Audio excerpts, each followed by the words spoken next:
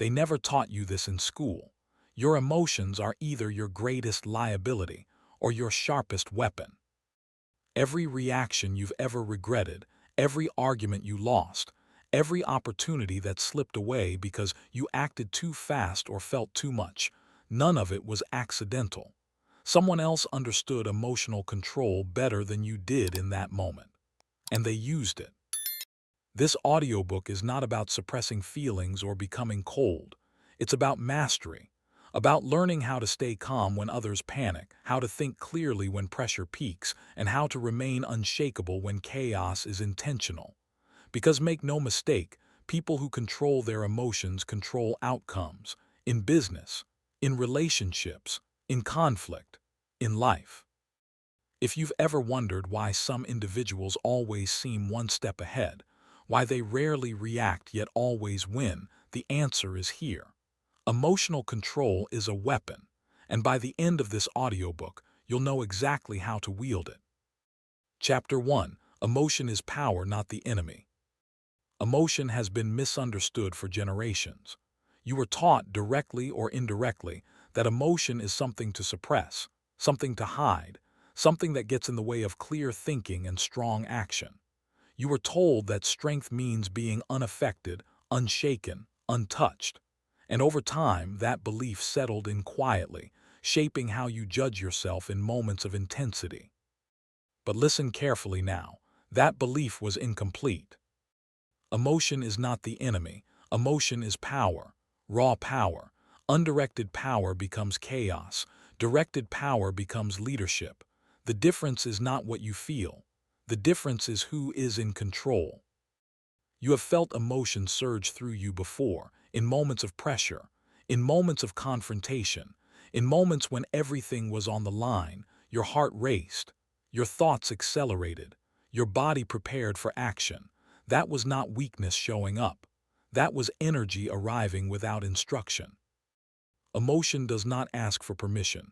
It arrives, fast, strong, honest. And if you have never been taught how to guide it, it will guide you instead. This is where most people lose their footing. They blame the emotion itself. They say, "I'm too emotional," or "I let my feelings get the best of me." But that language hides the real issue. The problem is not feeling. The problem is reaction. Reaction is emotion with no direction. Pause here, let that settle. When emotion leads without structure, it becomes destructive. It pushes you to speak too soon, to act too fast, to defend when silence would have been stronger, to retreat when patience would have opened a door. That is how opportunities are missed. That is how trust is damaged. That is how momentum is lost. Not because you felt something, but because you reacted. Now consider the opposite.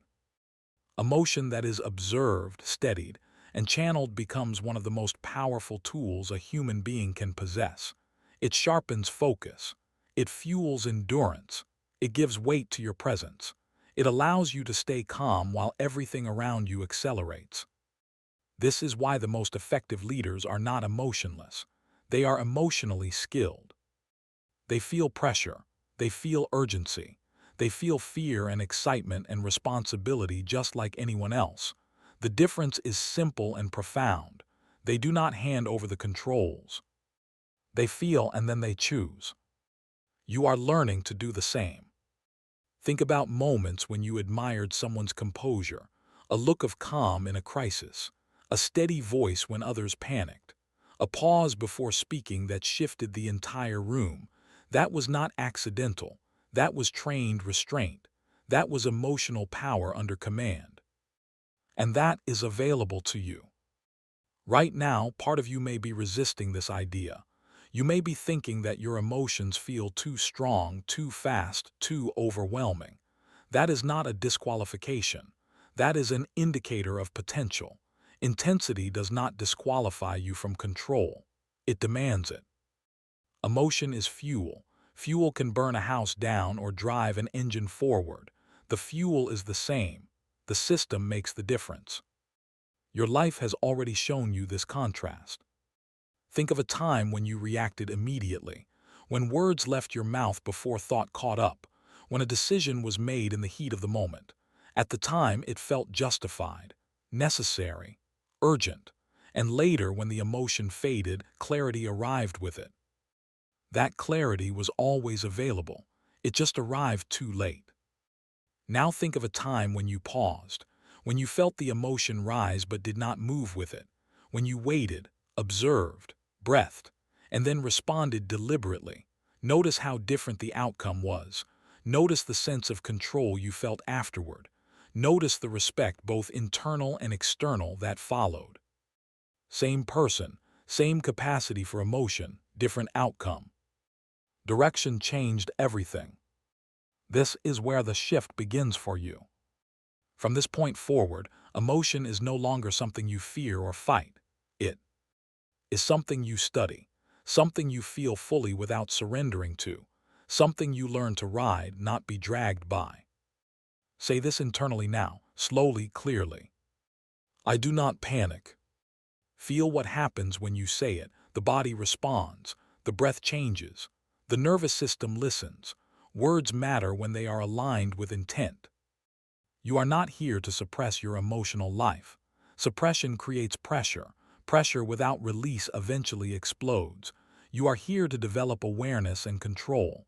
Awareness creates space. Space creates choice. Choice is leadership.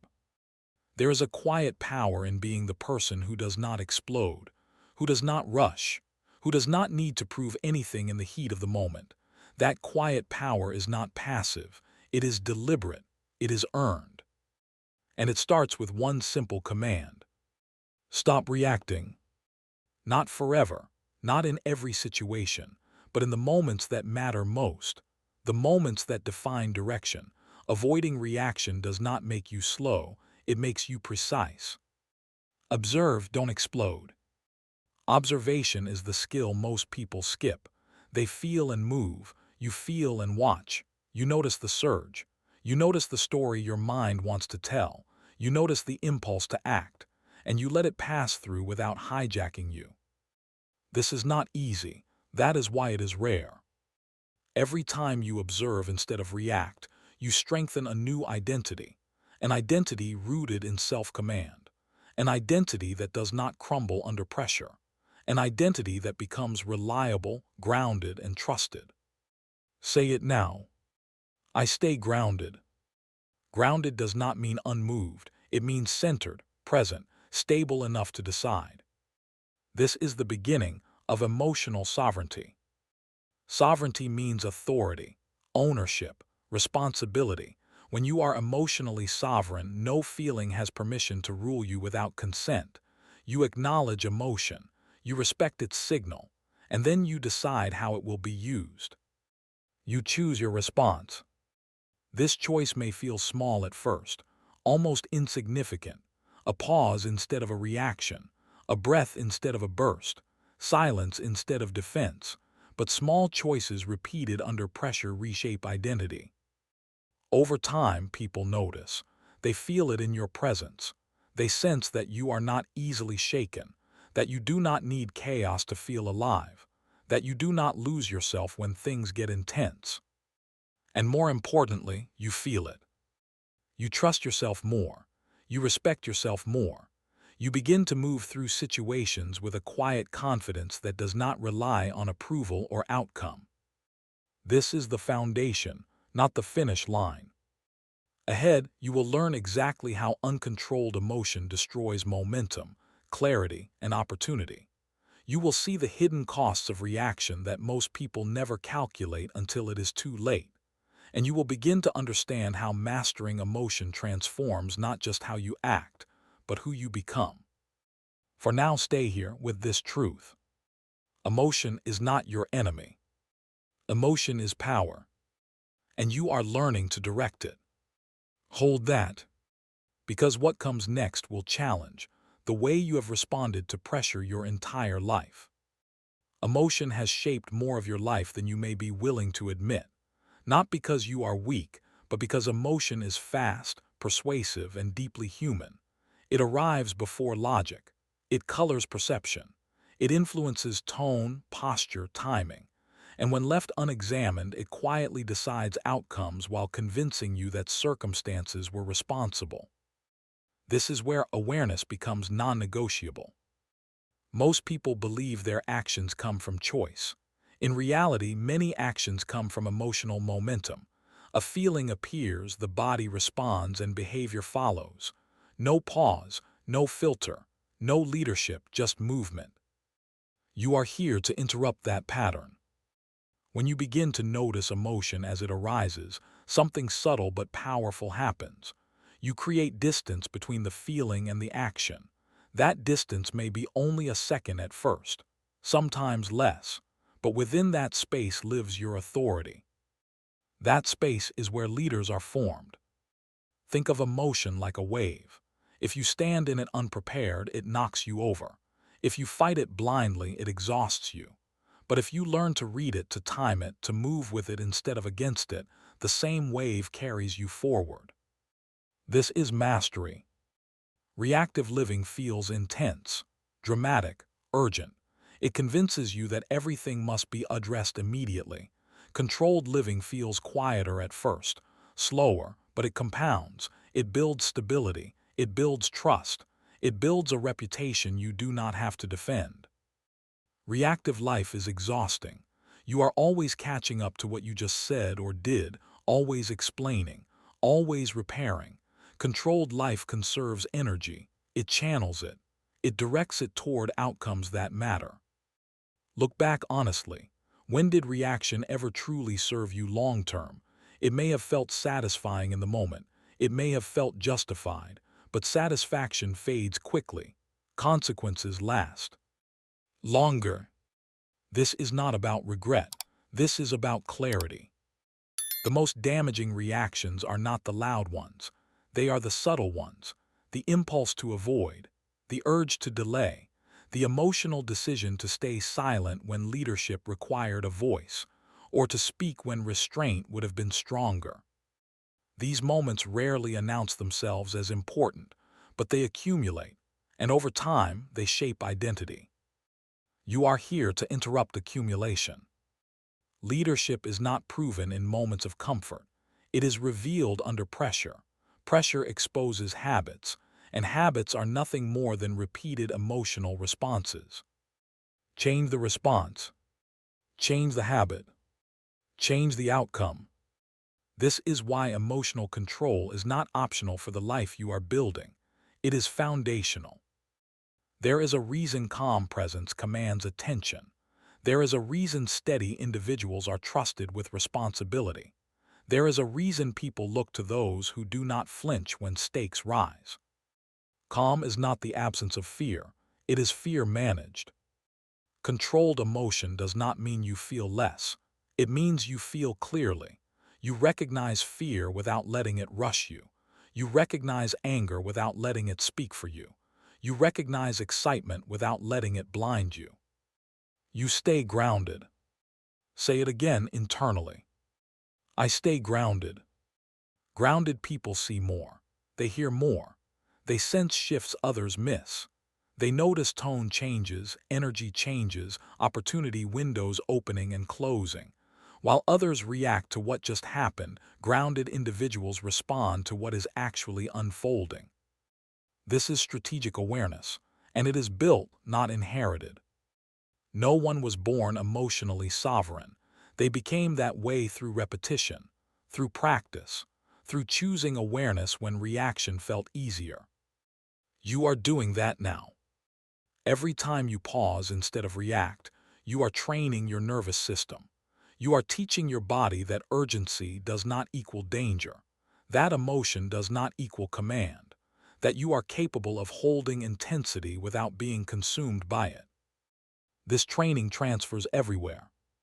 Into conversations, into decisions, into conflict, into pressure. You stop being pulled into unnecessary battles. You stop wasting energy proving points that do not move you forward. You stop leaking focus through emotional noise. You begin to choose. You choose when to speak. You choose when to wait. You choose when to push. You choose when to hold. This is emotional sovereignty. Say it now. I am becoming emotionally sovereign. Notice how that feels. Not dramatic, not explosive, solid, quiet, certain. This is not about becoming cold. It is about becoming clear.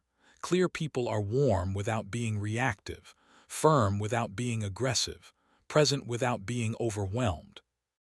And this clarity changes how others experience you. They feel safer around you. They trust your decisions. They sense your stability, even when you say little. Especially when you say little. Because restraint communicates confidence. It signals that you do not need emotion to validate your position, that you do not rely on reaction to feel powerful, that you are comfortable with silence. Silence is often the clearest signal of control. As you continue forward, you will begin to see emotional moments not as threats but as opportunities. Opportunities to practice, opportunities to refine, opportunities to lead yourself more effectively. Nothing is wasted now. Every surge of emotion becomes training. Every moment of tension becomes feedback. Every pause strengthens you. And there will be moments when you stumble, when reaction slips through. That does not undo the work. Awareness returns you faster each time. Recovery becomes quicker. Judgment fades. Discipline remains. This is growth that compounds quietly. Ahead, you will confront how uncontrolled emotion quietly dismantles momentum and trust. You will see the hidden costs that rarely show up immediately but always collect their due. And you will begin to understand why mastering emotion is not just personal development, but personal leadership. For now, anchor this truth. You do not need to fight your emotions. You need to lead them. And leadership begins with control. Chapter 2: The Cost of Losing Control. Slow down. This chapter is not here to accuse you. It is here to clarify. There is a difference. You are not being judged for moments you wish had gone differently.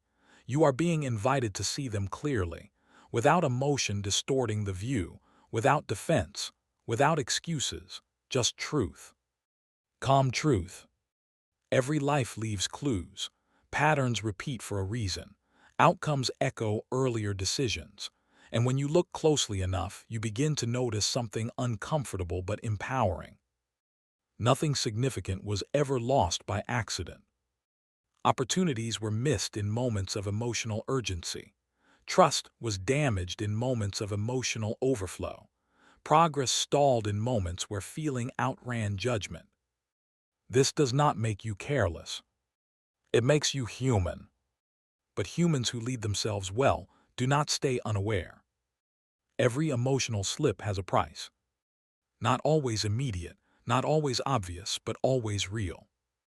Think back to a time when an opportunity was within reach. The timing was right, the door was open, and something inside you rushed the moment. Words were said too quickly. Decisions were made without full consideration. Emotion wanted resolution, not wisdom.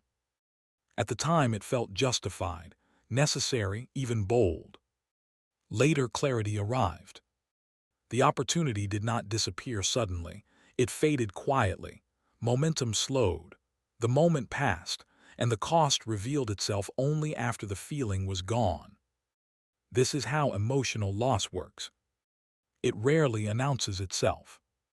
Missed opportunities do not always look like failure.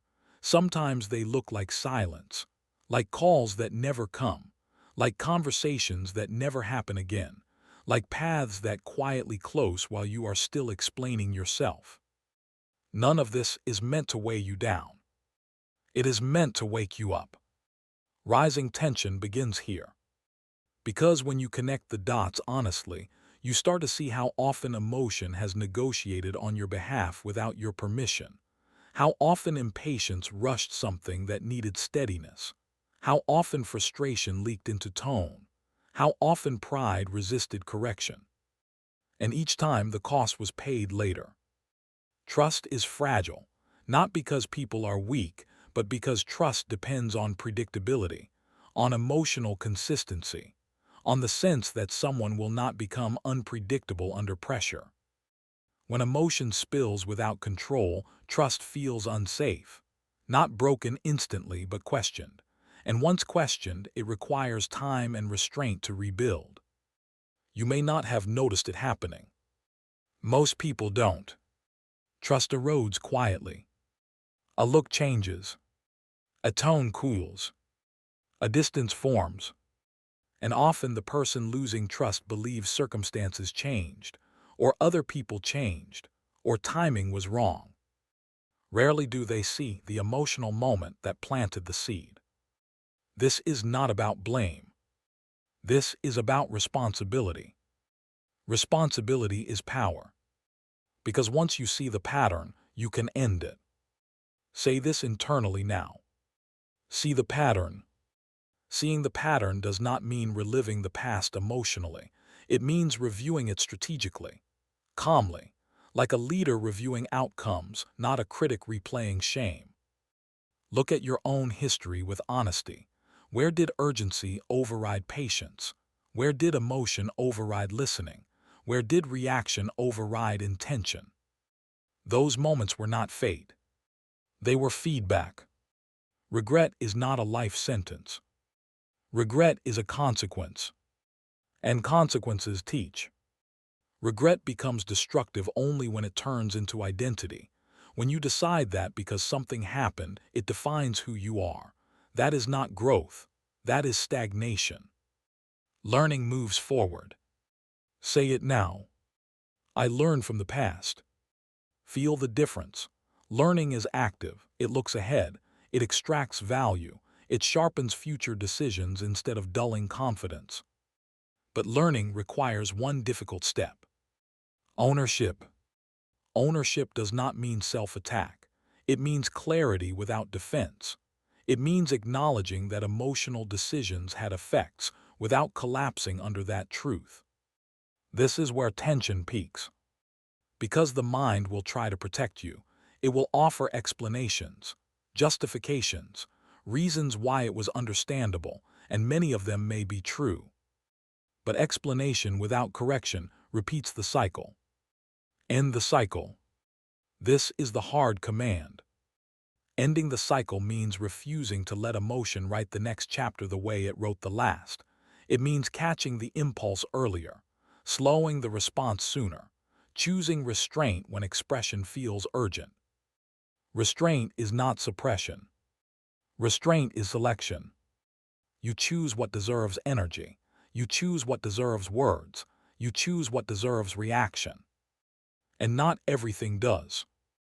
Relief comes when you realize this. You are not trapped in repetition. You are not doomed to repeat mistakes. You are not defined by emotional moments that passed. You are defined by what you do next. And what you do next begins with restraint. Choose restraint. Not once, repeatedly, especially when T feels uncomfortable, especially when emotion insists it must be released now. That insistence is rarely truth. It is habit. Habits can be retrained. As you move forward, you will begin to notice emotional moments before they crest. You will sense the familiar pull toward urgency, the desire to resolve, to defend, to react. And instead of moving immediately, you will pause. That pause costs nothing. Reaction costs everything. In the next section, you will begin to see how emotional loss compounds over time, how small slips accumulate into large consequences, and how control, once developed, protects your future before damage is done. For now, hold this. You are not stuck. You are learning. Say it. I move forward. And mean it. Emotion rarely destroys everything at once. It works quietly, incrementally, one moment at a time, one decision layered on top of another. And this is why its cost is so often underestimated. Most damage does not come from dramatic explosions. It comes from subtle emotional leaks, small lapses in restraint, brief moments where impulse overrides intention, Individually, they seem harmless. Together, they shape direction. This is how people drift away from the life they want without ever making a single reckless choice. A conversation handled poorly. A message sent too quickly. A reaction that felt honest but landed heavy. A silence that avoided discomfort but invited distance. None of these feel catastrophic, and yet over time they accumulate. Momentum is fragile. It depends on consistency. Emotional inconsistency fractures momentum long before visible failure appears. Progress slows. Opportunities hesitate. People become cautious around you, even if they cannot articulate why. This is not punishment. This is cause and effect. Every emotional slip has a price, and the price is often paid in trust, timing, and positioning. Consider trust again. Trust is built when people feel safe with your responses, not agreeable, not passive, safe. Safe to speak, safe to collaborate, safe to rely on your judgment under pressure. When emotion controls your reactions, safety erodes. Others never know which version of you they will encounter, calm or reactive, open or defensive, patient or rushed. That unpredictability forces distance. Distance limits opportunity. This is not because people are unforgiving. It is because people protect their energy. The most reliable individuals are not the most talented. They are the most emotionally consistent. They handle wins and losses with the same grounded presence. They do not overreact to success or crumble under challenge. They remain stable. Stability is rare. Rarity creates value. Now the tension rises again. Because once you see this, you cannot unsee it. You begin to recognize moments where restraint would have preserved trust, where patience would have preserved momentum, where listening would have preserved connection. And you may feel a pull toward regret. Pause here. Regret is only useful when it points forward. The past is not here to punish you. It is here to educate you.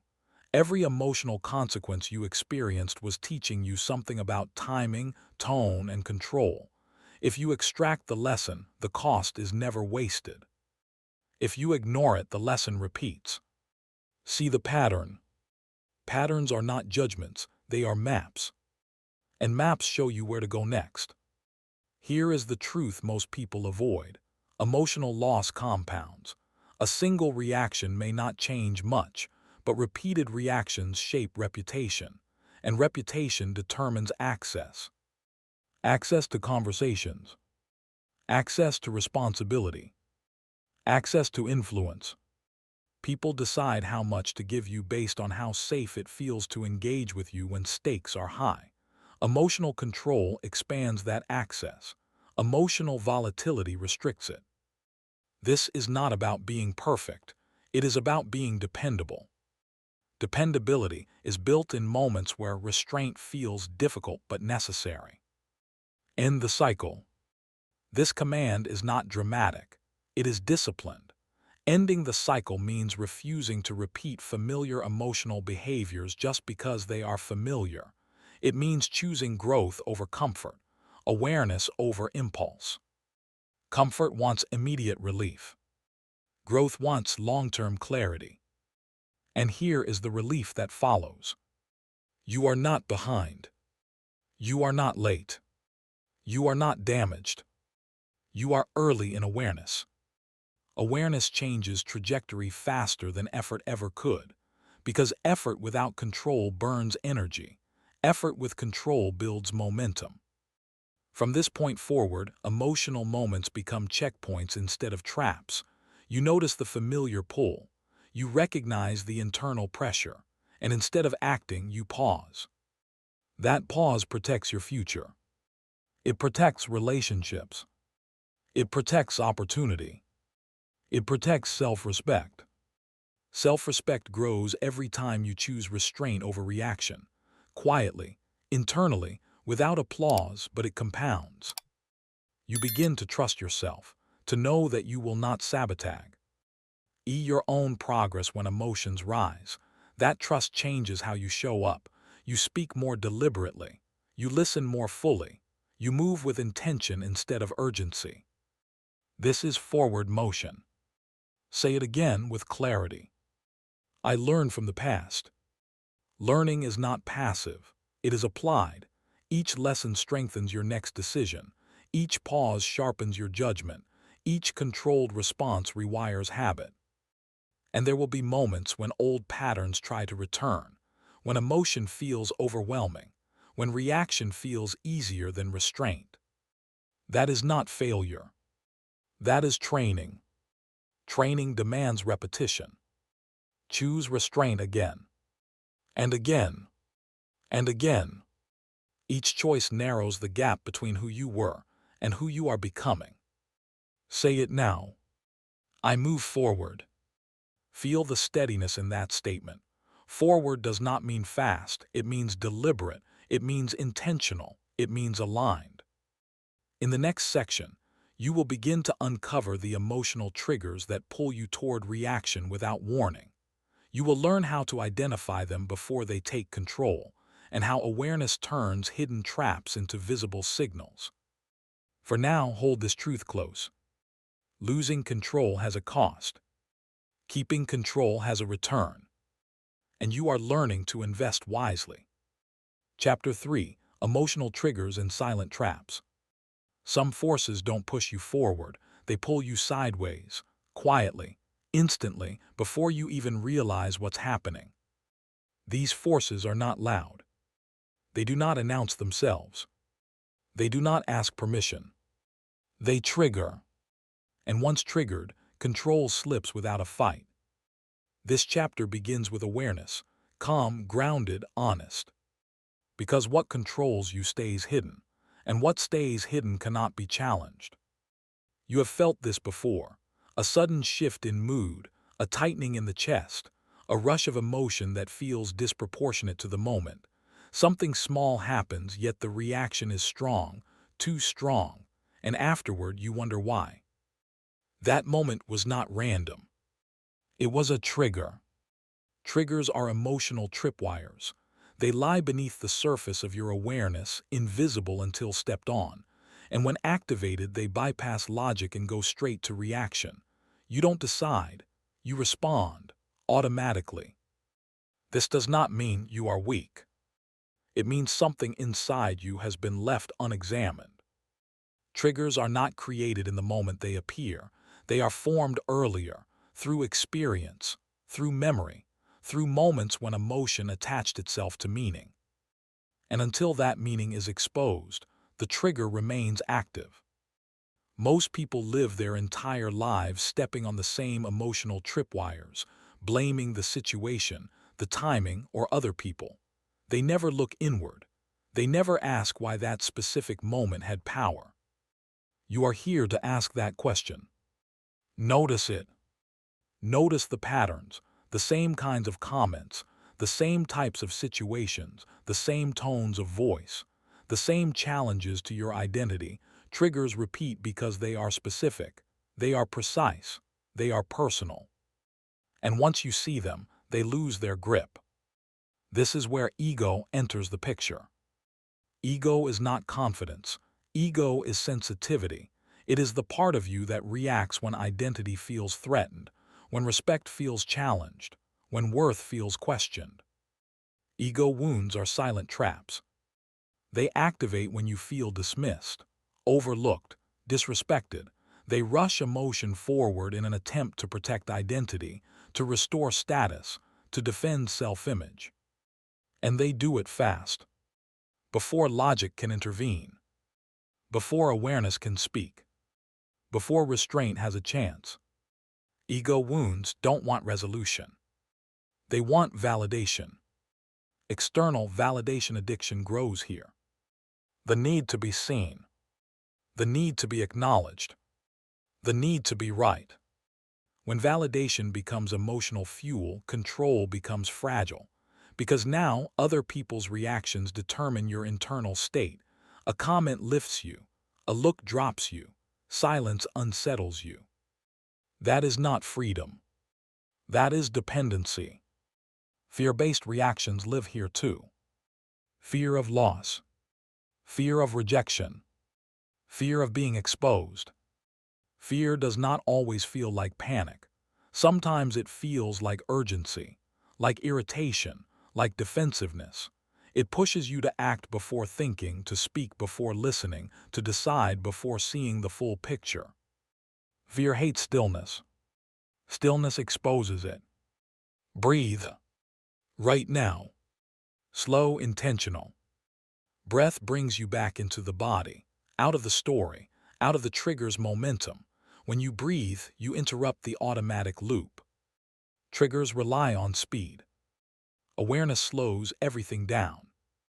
Think of awareness as night vision. It doesn't remove the darkness. It allows you to see inside it. What once felt confusing becomes visible. What once felt overwhelming becomes navigable. With awareness, you stop stumbling into the same emotional traps. You see them before you step forward. This is not about eliminating triggers. It is about recognizing them early enough to choose differently. Stay present. Presence is the skill that neutralizes triggers. When you are present, you are not dragged into past meaning or future fear. You are here, with what is actually happening, not with what your mind is projecting. Triggers feed on absence. Presence starves them. And presence is trained. Each time you notice a reaction rising and choose to pause, you strengthen awareness. Each time you feel the urge to defend and choose to listen, you weaken the trigger. Each time you breathe instead of explode, you reclaim control. Say it internally now. I am aware. Awareness does not judge, it observes. It watches emotion arise without identifying with it. It says, "This is happening," instead of "This is who I am." That distinction changes everything. You are not your trigger. You are the one who noticed it. And that makes you powerful. In the next section, you will go deeper into the most common hidden triggers that drive reaction without warning. You will learn how fear disguises itself as logic, how ego masks itself as confidence, and how awareness dismantles both. For now, stay here. Notice. Breathe. Stay present. Nothing controls you once it is seen. Triggers do not disappear just because you want them to. They dissolve when they are understood. Understanding removes mystery. Mystery gives power. When something no longer hides in the dark, it no longer controls movement. This is where you deepen the work. Most emotional triggers attach themselves to identity, not to events, not to words, to what those moments seem to say about you, about your value, about your position, about your worth. That is why two people can experience the same situation and react completely differently. One remains calm, the other feels ignited. The difference is not strength. The difference is where the trigger is wired. Ego wounds often come from moments where you felt unseen, underestimated, or dismissed. At some point, emotion attached itself to that experience and learned a shortcut. Any similar signal now activates the same response. The body remembers before the mind does. This is not weakness. This is conditioning. Conditioning can be changed. When ego is triggered, it rushes to protect image.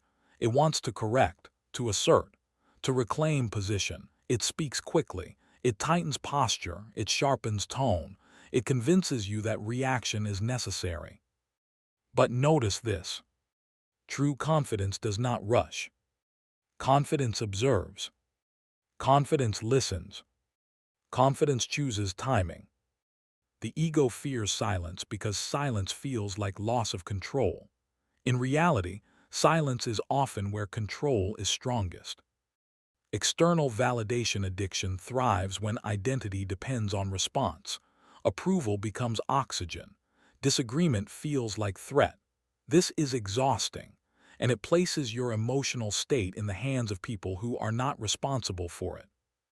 Awareness breaks this dependency. When you notice the craving for validation, you create distance from it. You stop obeying it automatically.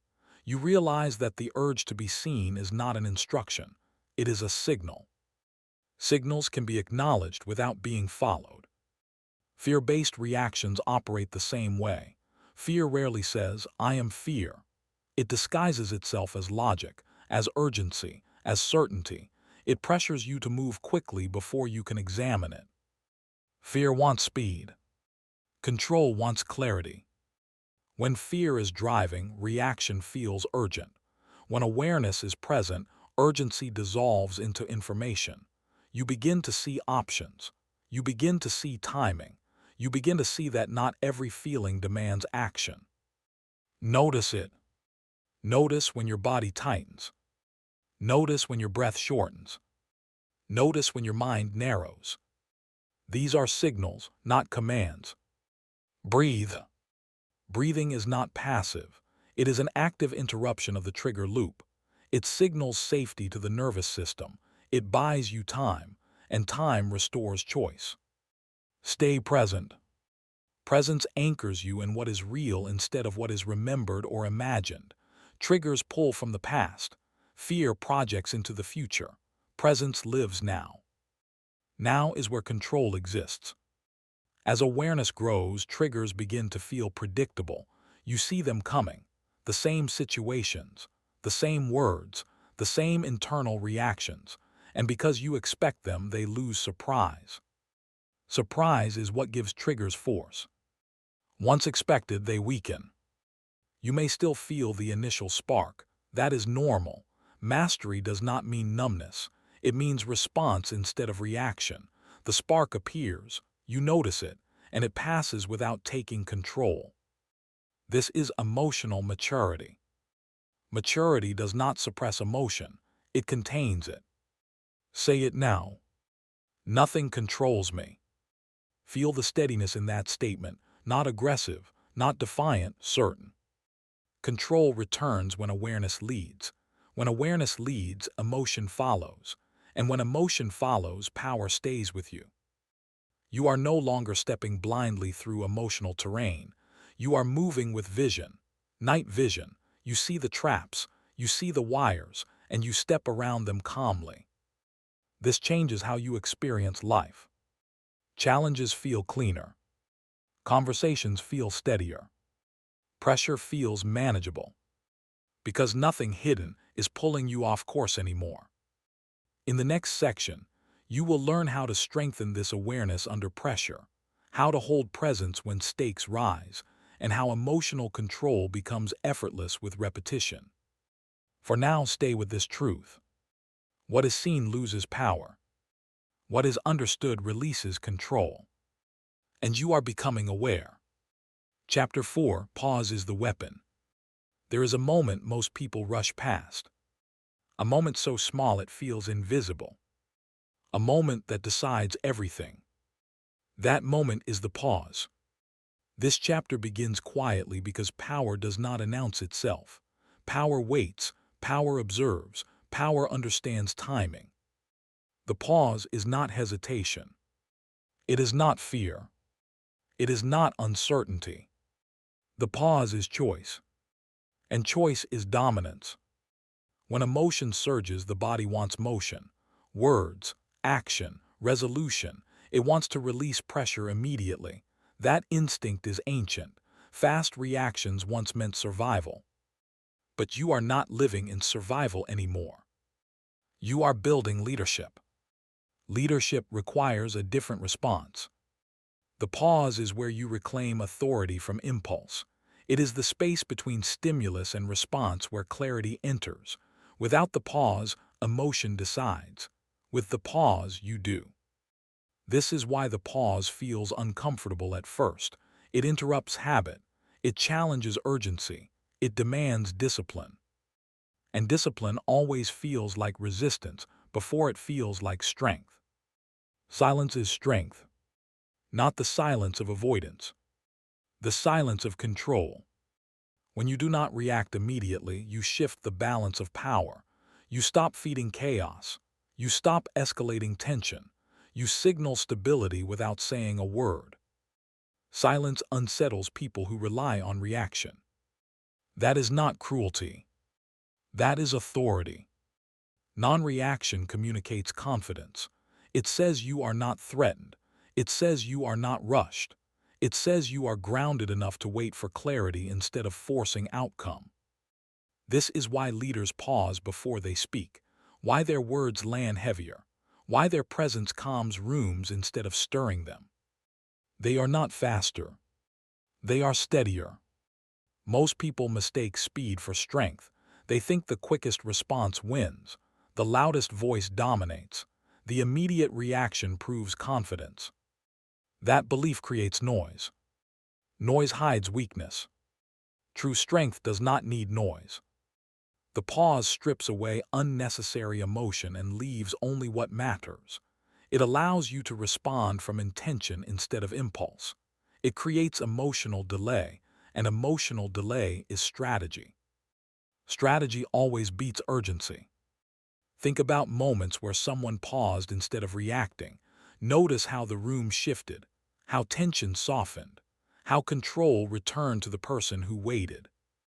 That was not accidental. That was mastery. The pause does not mean you do nothing.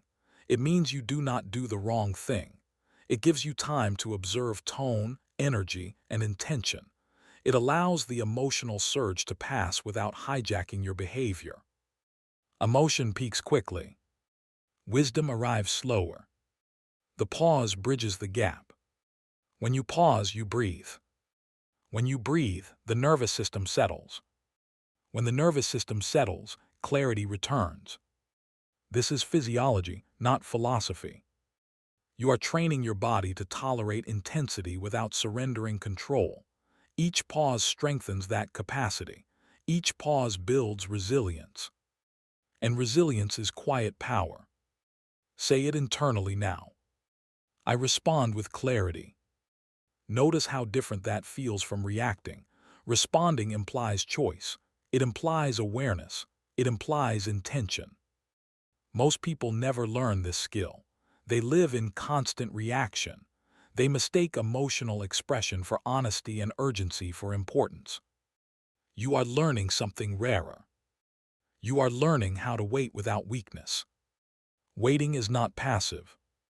Waiting is controlled patience. And patience always outlasts impulse. There will be moments when the pause feels like pressure, when silence feels heavy, when holding back feels harder than reacting. That discomfort is the threshold of growth. Do not rush past it. Hold. Because in that space, identity is being rewritten. You are becoming the person who does not explode, who does not rush, who does not need immediate resolution to feel powerful. You are becoming the person others look to when things escalate. That person is calm. That person is measured. That person is trusted. The pause creates dominance because it removes you from the emotional battlefield. While others are reacting, you are observing. While others are spending energy, you are conserving it. Energy conserved becomes leverage. This is not about winning arguments. It is about winning direction, about protecting momentum, about choosing responses that serve long-term outcomes instead of short-term release. Say it again. I wait, I win. Let that settle. Waiting is not losing time. Waiting is choosing timing. And timing is everything. In the next section, you will experience the pause at its most intense, under pressure, under challenge, when emotion demands action and restraint feels almost impossible. You will learn how to hold the pause even there. For now, stay here. Pause. Hold. You are in control. The pause becomes most powerful when pressure rises, not when things are calm, not when outcomes feel safe, but when emotion demands speed and the world expects reaction. This is where most people break their own discipline. Pressure compresses time. It creates the illusion that something must be done now. That silence is weakness. That waiting will cost you position or respect. This is a lie pressure tells. Pressure does not reward speed. Pressure rewards control. When you pause under pressure, you reverse the dynamic. You stop being pulled into urgency and start setting the pace. You force the moment to slow down around you, and when the moment slows, you see more. You hear what is actually being said. You notice what is being avoided. You sense where leverage truly sits. This is why emotional delay is strategy. Strategy requires perspective. Perspective requires space. The pause creates that space. Non-reaction is authority because it refuses to be manipulated by emotion, yours or anyone else's. It signals that you are not operating from fear, ego, or impulse. You are operating from clarity. Clarity changes everything. When you respond after a pause, your words carry weight, not because they are louder, but because they are deliberate, they are measured, they are anchored. People feel that. They feel when someone is not scrambling, when someone is not defensive, when someone is not trying to prove anything. That presence is commanding without effort. This is why silence often speaks louder than argument. Silence removes fuel from emotional fires. It exposes exaggeration. It reveals insecurity, and it forces others to sit with their own words instead of hiding behind momentum. That is power. The pause also protects you from invisible damage, the damage of saying something you cannot take back, of committing to something you did not fully consider, of reacting in a way that contradicts the person you are becoming. Every paused response protects your future self. Think of the pause as a gate. Nothing passes through without inspection. Emotion arrives, but it does not decide. It waits its turn. This changes your internal experience. Instead of feeling dragged by intensity, you feel anchored. Instead of feeling overwhelmed, you feel alert. Instead of feeling reactive, you feel present. Presence is dominance, because presence means you are here now, with choice intact. Say it again. I respond with clarity. Clarity does not rush. Clarity does not shout. Clarity does not panic. Clarity waits until the right response is obvious. And when clarity speaks, it ends confusion. There will be moments when others try to provoke reaction. Consciously or unconsciously, they may push, interrupt, challenge, pressure. The pause is your shield. You do not need to match their pace. You do not need to mirror their intensity. You do not need to explain yourself immediately. You wait, and waiting changes the balance. Because when you wait, you stay in control. When you react, you give control away. This is the simple equation most people never learn. Control is not taken. It is maintained. Each pause strengthens your ability to hold intensity without release. It trains your nervous system to tolerate discomfort, and tolerance becomes confidence. Confidence that you can handle what arises. Confidence that you will not sabotage yourself. Confidence that you can wait for the right moment. Say it now. I wait, I win. Winning here does not mean dominating others. It means dominating impulse. It means choosing responses that serve your long-term direction instead of short-term relief. The pause is not dramatic, it is subtle, and that is why it works. It works quietly. It works consistently.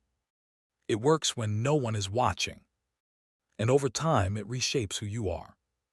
You become known as someone steady, someone measured, someone who does not flinch when stakes rise.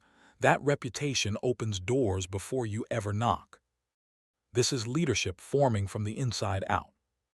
In the next section, you will move deeper into how the pause transforms conflict, decision-making, and personal authority. You will learn how waiting becomes instinctive and how control begins to feel natural rather than forced. For now, hold this truth. Pause is not weakness. Pause is the weapon, and you are learning how to wield it. Chapter 5. Discipline over emotional comfort. Comfort is persuasive. It speaks softly. It feels reasonable. It promises relief now. And that is exactly why it weakens you. This chapter begins with an uncomfortable truth, delivered calmly, without judgment. Comfort has cost you more than pain ever did, not because comfort is evil, but because it asks nothing of you in moments when growth requires everything. Emotion begs for comfort when discipline is required. That pull you feel to slow down, to stop, to postpone, to indulge, to choose ease over effort, that is not intuition. That is emotional hunger. It wants satisfaction now. It wants the pressure gone. It wants the discomfort to end. But pressure is not the enemy. Avoidance is. Discipline builds power because it teaches you how to move forward without permission from your feelings. It does not ask if you feel ready. It does not wait for motivation. It acts in alignment with purpose, not mood. Most people confuse comfort with self-care. They believe protecting their feelings is the same as respecting themselves. But self-respect is built by keeping promises to yourself, especially when emotion tries to renegotiate them. Delayed gratification is not deprivation. It is investment. When you delay comfort, you strengthen identity. You tell yourself without words that your future matters more than your current impulse. That message compounds. It becomes confidence. It becomes trust in yourself. Think of the moments when you chose comfort instead of discipline, when emotion said rest, escape, distract, avoid. At the time it felt justified. You were tired. You had done enough. You deserved relief. Later the relief faded. And the cost remained. The work still waited. The goal still stood. The discomfort returned. Comfort solves nothing long-term. It only postpones growth. Now think of moments when you acted despite discomfort, when emotion protested and you moved anyway, when discipline carried you through resistance. Notice the difference afterward, not just in outcome but in how you felt about yourself. That feeling was power.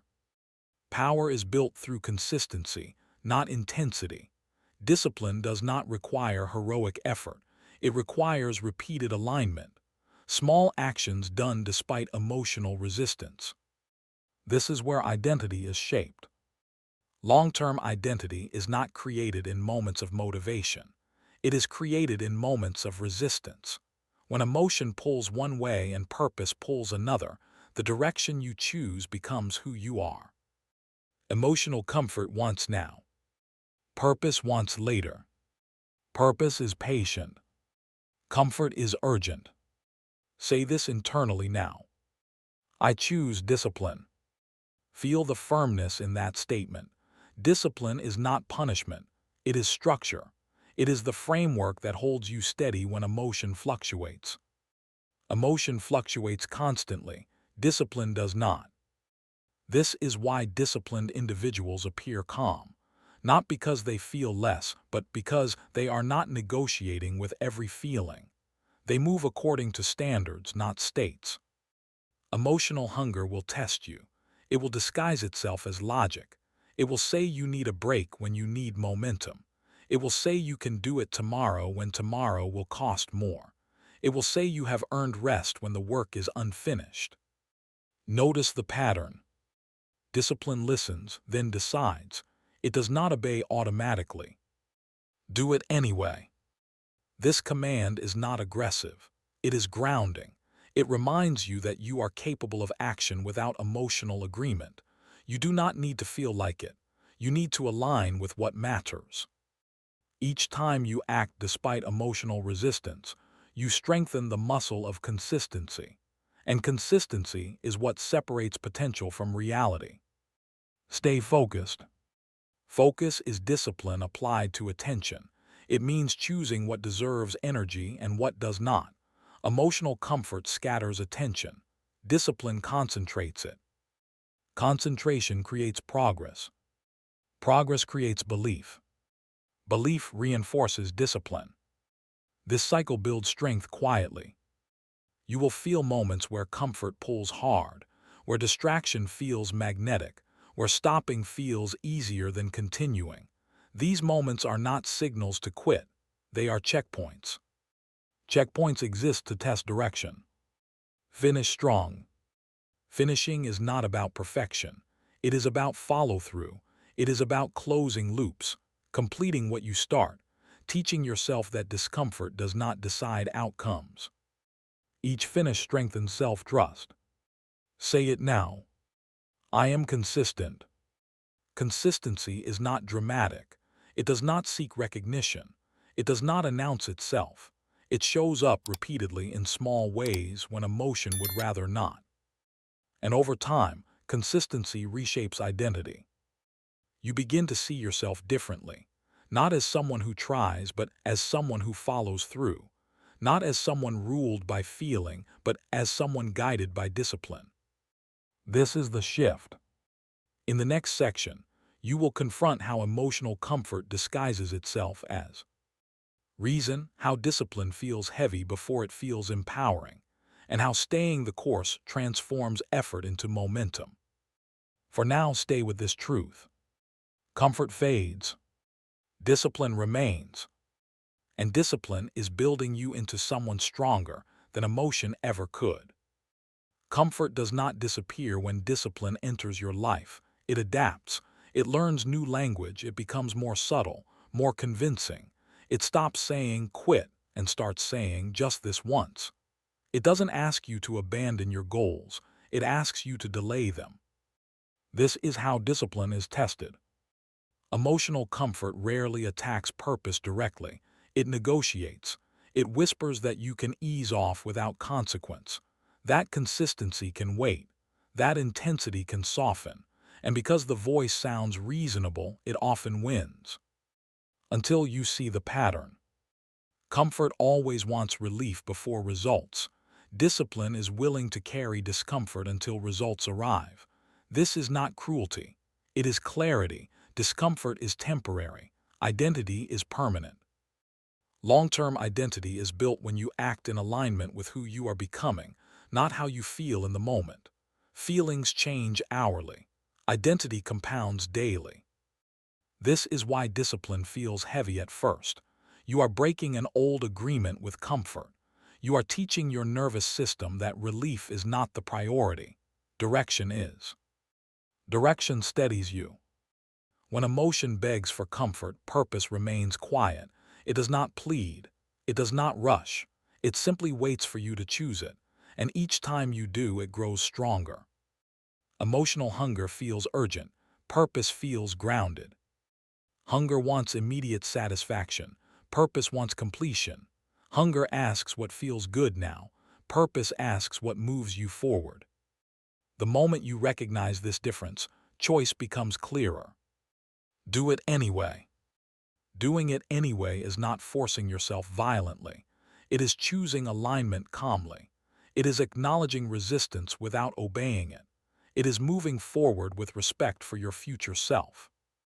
Each time you do it anyway, you close the gap between intention and action. That gap is where most people lose momentum. Discipline bridges it. Stay focused. Focus is not about intensity. It is about direction held over time. Comfort tries to pull attention sideways. Discipline keeps it forward, not rigidly, steadily. When focus holds, momentum builds, and momentum makes discipline feel lighter. What once felt like effort begins to feel like flow. This is where relief appears. Not the relief of escape. The relief of progress. Progress soothes the mind. It quiets doubt. It replaces emotional negotiation with evidence. Evidence that you can follow through, that you can endure discomfort, that you can trust yourself. That trust is priceless. Finish strong. Finishing rewires expectation. It teaches your mind that discomfort does not end in avoidance. It ends in completion. Over time, resistance weakens because it knows it will not win. This is how discipline becomes natural. Not by force, by repetition. Say it again. I choose discipline. Notice how it feels now, less heavy, more grounded. Discipline is no longer something you do, it is something you are practicing becoming. Consistency is identity in motion. Each aligned action reinforces the next. You stop debating every step, you simply move. And when comfort returns, as it will, you recognize it sooner. You thank it for the signal, and you continue anyway. Say it clearly. I am consistent. Consistency does not require perfection. It requires return. Returning to discipline when emotion pulls away. Returning to focus when distraction rises. Returning to purpose when comfort tempts. This return is strength. In the next section, you will see how discipline under pressure transforms into confidence, how effort turns into self-respect, and how choosing alignment repeatedly creates a version of you that no longer negotiates with comfort. For now, hold this. Comfort asks for relief. Discipline builds power. And you are choosing power. Chapter 6. Emotional Control in Conflict. Conflict reveals more than character. It reveals control. This chapter begins with a truth that changes how you see every confrontation from this moment forward. Arguments are rarely won by force. They are decided by presence. Long before words land, power has already shifted. The calmest person controls the room. Not the loudest. Not the most aggressive. Not the most emotional. Calm is leverage. When tension rises, most people move toward intensity. Voices sharpen, postures tighten, emotions accelerate. The room fills with noise, and in that noise, clarity disappears. You are learning to move differently. Emotional control in conflict is not about suppressing your position. It is about refusing to hand power to volatility. It is about staying grounded while others are pulled into reaction. Picture a storm hitting a mountain. The storm rages, wind howls, rain lashes, lightning strikes. The mountain does not argue with the storm, it does not react, it remains. And when the storm passes, the mountain is still standing. That is emotional control. Conflict is the storm. Presence is the mountain. Most people believe conflict requires immediate response. They think silence means weakness. That calm means surrender. That emotional neutrality equals indifference. This belief is costly. Neutrality is not indifference. Neutrality is authority. When you stay emotionally neutral, you remove fuel from the conflict. You stop feeding escalation. You prevent the situation from pulling you into its momentum. This changes the power dynamic instantly. People in conflict are often seeking reaction, not resolution. Reaction validates their emotion. It confirms impact. When reaction is withheld, something shifts. The energy has nowhere to go. That is when listening becomes strategy. Strategic listening is not passive. It is active restraint. You listen without preparing defense. You listen without interruption. You listen for what is being said and what is being revealed. While others speak emotionally, they expose priorities, insecurities, and intentions. While they release energy, you conserve it. Conservation creates advantage. Fire versus steel. Fire is loud, bright, consuming, it demands attention. Steel is quiet, composed, resilient. Fire flares quickly, steel endures. In conflict, emotion is fire. Control is steel. Steel does not need to match fire's intensity. It outlasts it. When you remain calm, your nervous system stays regulated. Your breath remains steady. Your voice remains controlled. These signals are read instantly by others, even if they are not consciously aware of it. They feel your steadiness. And steadiness commands respect. Say it internally now. I remain calm. Calm does not mean agreement. Calm does not mean submission. Calm means you are not threatened. Power dynamics shift when one person refuses to escalate. The other person feels it. Their intensity either increases in desperation or begins to soften. Either way, you are no longer reacting. You are observing. Observation gives you options. Options create control. Strategic listening allows you to respond precisely instead of emotionally. You choose timing. You choose tone. You choose what matters and what does not. Most arguments escalate because people speak to release emotion, not to resolve anything. When you speak less and listen more, you remove yourself from that cycle. Silence becomes leverage. This does not mean you avoid conflict. It means you engage from strength, not impulse. You let the emotional wave pass before responding. You let clarity arrive before speaking. And when you do speak, your words land heavier. Not because they are sharp, because they are measured. This is leadership in real time. Leaders do not rush to defend themselves.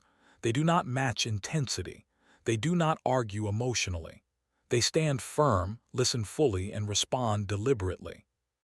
Presence speaks before words. Say it now. I lead with presence. Presence means your attention is anchored. Your posture is open. Your breath is steady. Your eyes are calm. You are not bracing for impact. You are grounded. Grounded people are difficult to overpower emotionally. This is why emotional control wins arguments before words are spoken. The outcome is shaped by energy long before content, by who remains centered, by who does not lose themselves. As you continue, you will learn how to maintain this calm under direct attack, how to neutralize provocation without retreating, and how emotional control transforms conflict into influence. For now, hold this image. Be the mountain. Be the steel. The storm will pass. Conflict intensifies when emotions collide. Most people believe they must meet force with force, volume with volume, urgency with urgency. That instinct feels natural, it feels fair, and it feels powerful in the moment. It is not.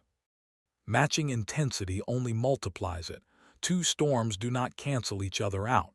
They destroy the ground beneath them. This is where emotional control becomes decisive. When someone pushes emotionally, they are often testing boundaries. Consciously or unconsciously, they are asking a question. Will you lose control with me? The moment you do, power equalizes. The moment you don't, power shifts. The calmest person controls the room.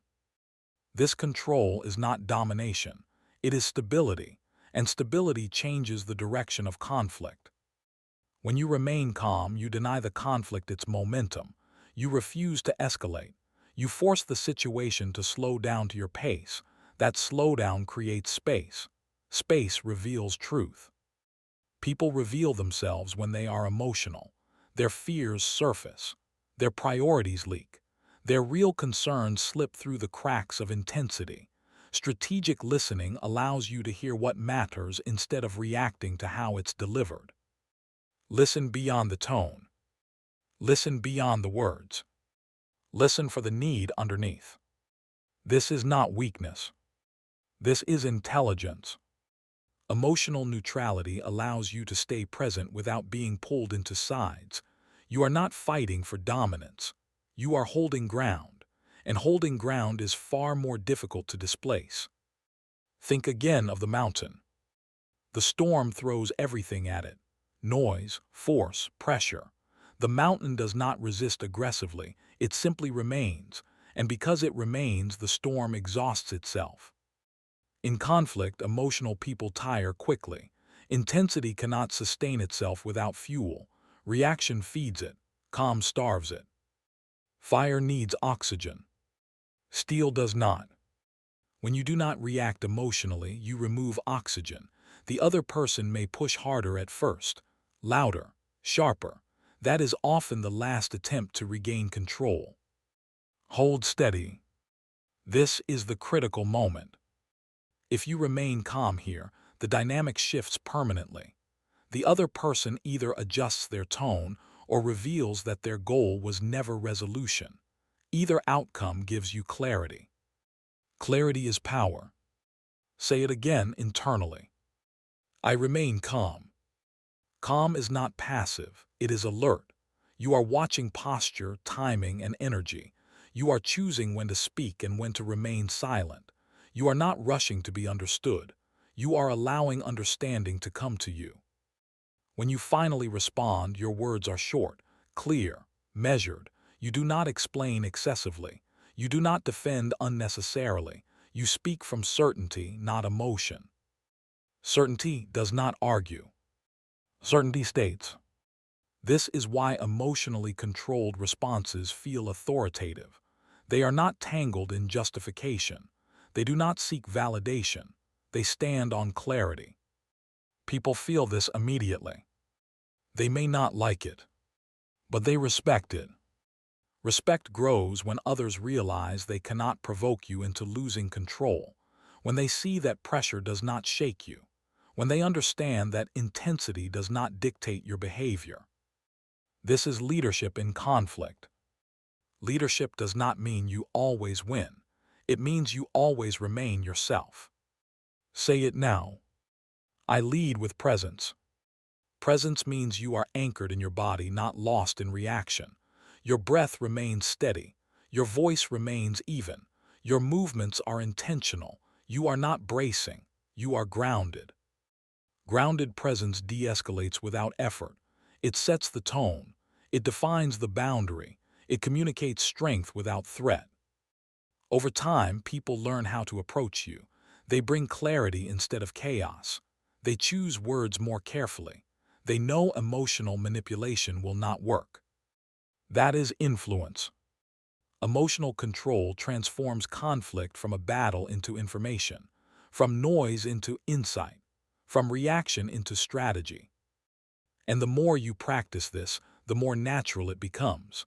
Calm stops being something you perform. It becomes who you are under pressure. In the next section, you will see how this calm extends beyond conflict into leadership, trust, and authority. How emotional control shapes how others follow you, even when nothing is said. For now, hold this truth. You do not need to overpower the storm. You need to outlast it. Be the mountain. Be the steel. And let presence do the work. Chapter 7. Pressure builds leaders. Pressure is misunderstood. Most people see it as a threat, a warning sign, something to escape, reduce, or avoid. They associate pressure with breakdown, stress, and failure, and because of that belief, they never learn its real purpose. Pressure is not here to break you. Pressure is here to reveal you. This chapter begins with a reframe that changes everything. Pressure is not punishment. It is training. It is the environment where strength is forged and leadership is exposed. Pressure reveals mastery. When pressure rises, what is untrained collapses. What is practiced holds. What is disciplined sharpens. Pressure does not create weakness. It exposes it, and that exposure is a gift. Calm yourself here. Listen closely. Every meaningful step you have ever taken was preceded by pressure. Pressure to decide. Pressure to perform. Pressure to hold yourself together when uncertainty pressed in from all sides. Without pressure, growth stalls. Without resistance, strength never forms. Stress is training, but only if you understand how to use it. Untrained stress overwhelms. Trained stress strengthens. The difference is not circumstance. It is preparation. It is emotional endurance. It is the ability to stay present while intensity rises. Most people panic when pressure appears. Their breathing shortens. Their thinking narrows. Their emotions spike. They rush decisions or freeze entirely. Not because they are incapable, but because their system has never learned to hold intensity. You are learning that now.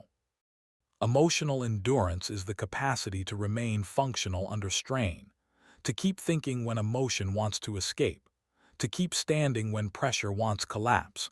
It is built slowly, deliberately, through exposure and restraint. Pressure trains endurance by demanding presence. You cannot hide from pressure. You cannot distract from it. You must meet it. And when you do, something shifts. You realize you are still here, still breathing, still capable. The moment did not destroy you. The pressure did not end you. It challenged you and you endured. Say it internally now. I endure. Endurance is not dramatic. It is quiet persistence. It is staying with the moment without needing immediate relief. It is letting discomfort exist without letting it decide. This is where leaders are separated from spectators. Leaders do not avoid pressure. They develop a relationship with it. They know pressure is the signal that something meaningful is happening. That stakes are rising because responsibility is increasing. Responsibility always brings pressure. And pressure sharpens. Think of a blade. Without friction, it remains dull. Pressure against stone refines it. Sharpness is created through resistance, not ease. Pressure sharpens you. Say it now. Pressure sharpens me. Notice the shift when you stop resisting pressure and start using it. Instead of tensing against it, you lean into it. Instead of seeing it as threat, you see it as training. Training hurts before it helps. Resilience under fire is not about ignoring pain. It is about staying functional while it exists. It is about regulating breath, posture, and attention while intensity presses in. Pressure tests what you practice.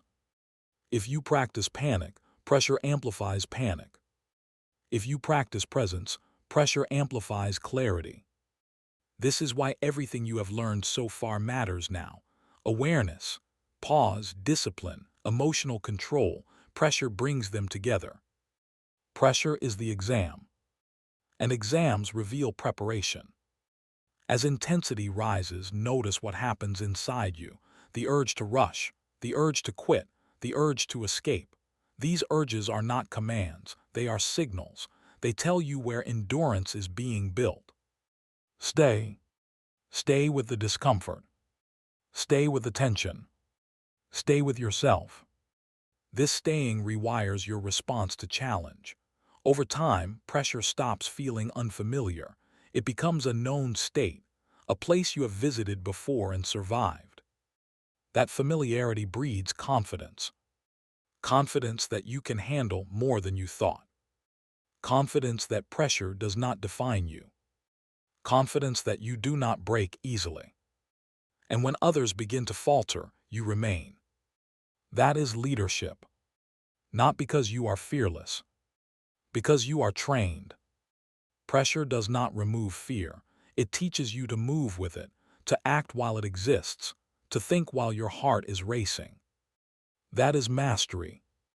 As you move forward, intensity will increase, the pace will quicken, the demands will rise, and you will feel the heat. Do not retreat, because what comes next will test your endurance further and elevate it higher. You are approaching a transformation point where pressure no longer feels like an enemy, but like a signal. For now, hold this truth. Pressure is not here to crush you. Pressure is here to shape you. And you are enduring. Pressure does not ask if you are ready. It arrives when stakes rise, when responsibility increases, when the moment teeters, and in those moments, something critical happens inside you. Everything unnecessary falls away. Pressure strips life down to essentials. It removes distraction. It removes comfort. It removes illusion. What remains is skill, discipline, and emotional control. This is why pressure reveals mastery. It shows you who you are when nothing extra is available. Under pressure, habits surface. If you have practiced avoidance, pressure magnifies hesitation. If you have practiced reaction, pressure magnifies chaos. If you have practiced presence, pressure magnifies clarity. This is not luck. This is conditioning. Stress is training because it forces repetition under load. It teaches your nervous system how to operate when comfort is unavailable. Each time you stay present instead of panicking, endurance increases. Each time you regulate breath instead of rushing, resilience deepens. You are not becoming numb. You are becoming capable. Emotional endurance means you can stay with intensity without collapsing or exploding. It means you can feel the heat and still think clearly. It means you can carry pressure without letting it harden you or hollow you out. This is rare. Most people either break under pressure or become rigid. They shut down emotionally or lash out. Neither is leadership. Leadership remains flexible under load. Flexible does not mean soft. Flexible means unbreakable. Pressure will test your edges. It will push against your limits. It will tempt you to abandon discipline, to seek relief, to fold. That temptation is not a flaw. It is part of the training. This is where resilience is built. Resilience is not about bouncing back later. It is about holding steady now. It is about staying upright while pressure presses in from every side. It is about continuing to choose presence when everything in you wants escape. Say it again. I endure. Endurance is built one moment at a time, one breath, one decision to stay, one refusal to break, and each time you do, something changes internally. You begin to trust yourself under pressure. That trust is powerful. It changes how you walk into challenges. You no longer wonder if you can handle it. You know you can. You have proof. You have been here before. This is where intensity rises. Pressure tightens. The pace quickens. The margin shrinks. And you stay. Don't break. Don't fold. Rise. Feel the rhythm shift here. Faster, sharper, more demanding. Pressure does not slow down for you. You rise to meet it. Don't break. Don't fold. Rise. Each repetition strengthens resolve. Each moment under load hardens discipline into instinct. You stop asking how long it will last. You focus on staying present while it does. This is emotional endurance in motion. Others may falter here. Their breathing shortens, their focus scatters, their emotions spill, and while they fight the pressure, you use it. Pressure sharpens you. Say it now stronger. Pressure sharpens me. Sharp does not mean aggressive. Sharp means precise. Your attention narrows to what matters. Your responses become efficient. Your movements become deliberate. Waste disappears. Only essentials remain. This is the state leaders operate from. They do not wait for pressure to leave. They move within it. They make decisions while uncertainty exists. They lead while conditions are imperfect. And because they have trained endurance, pressure no longer feels personal. It feels functional. It is information. It is feedback. It is a signal that growth is occurring. When the moment finally passes, when pressure eases, you are still standing, stronger, clearer, seeing farther than before. The next challenge feels smaller because you have expanded. This is how pressure builds leaders. Not by crushing them, by proving to them what they can carry. In the next section, you will see how this endurance transforms into confidence, how repeated exposure turns pressure into familiarity, and how leaders begin to seek pressure not because they enjoy pain, but because they trust what it produces. For now, anchor this truth. Pressure did not break you. Pressure did not defeat you. Pressure revealed you. And you rose. Chapter 8, Mastering Inner Dialogue. There is a voice that speaks to you more than any other. It is constant, persistent, unfiltered, and for most of your life, it has gone unquestioned. This chapter begins with awareness because leadership always starts inside. Before you can lead emotions, actions, or outcomes, you must lead thought. The voice inside your head is not background noise. It is direction. Your inner voice shapes your emotional state. Every feeling you experience is filtered through language. The words you use internally decide whether pressure feels overwhelming or sharpening, whether setbacks feel permanent or temporary, whether challenges feel threatening or meaningful. That voice narrates your life in real time. And narration matters. Most people assume their inner dialogue is automatic and truthful. They believe the thoughts that arise are facts. They accept the tone as reality.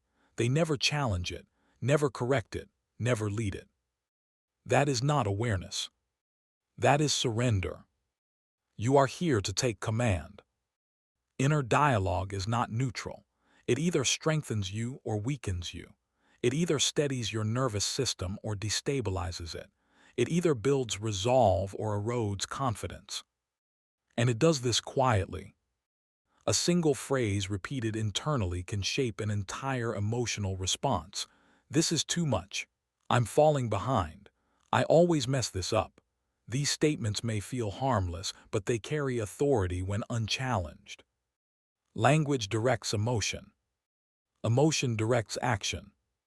This is why mastering inner dialogue is non-negotiable for leadership. You cannot allow untrained language to run your internal world. Mental leadership begins with awareness of tone. Notice how your inner voice speaks when pressure rises. Is it sharp or steady? Is it urgent or grounded? Does it command or complain?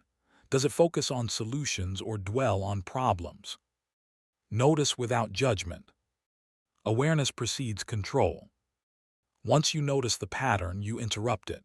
You do not argue emotionally with the voice. You correct it deliberately. You replace commentary with command. Speak with authority. Authority does not shout, it states.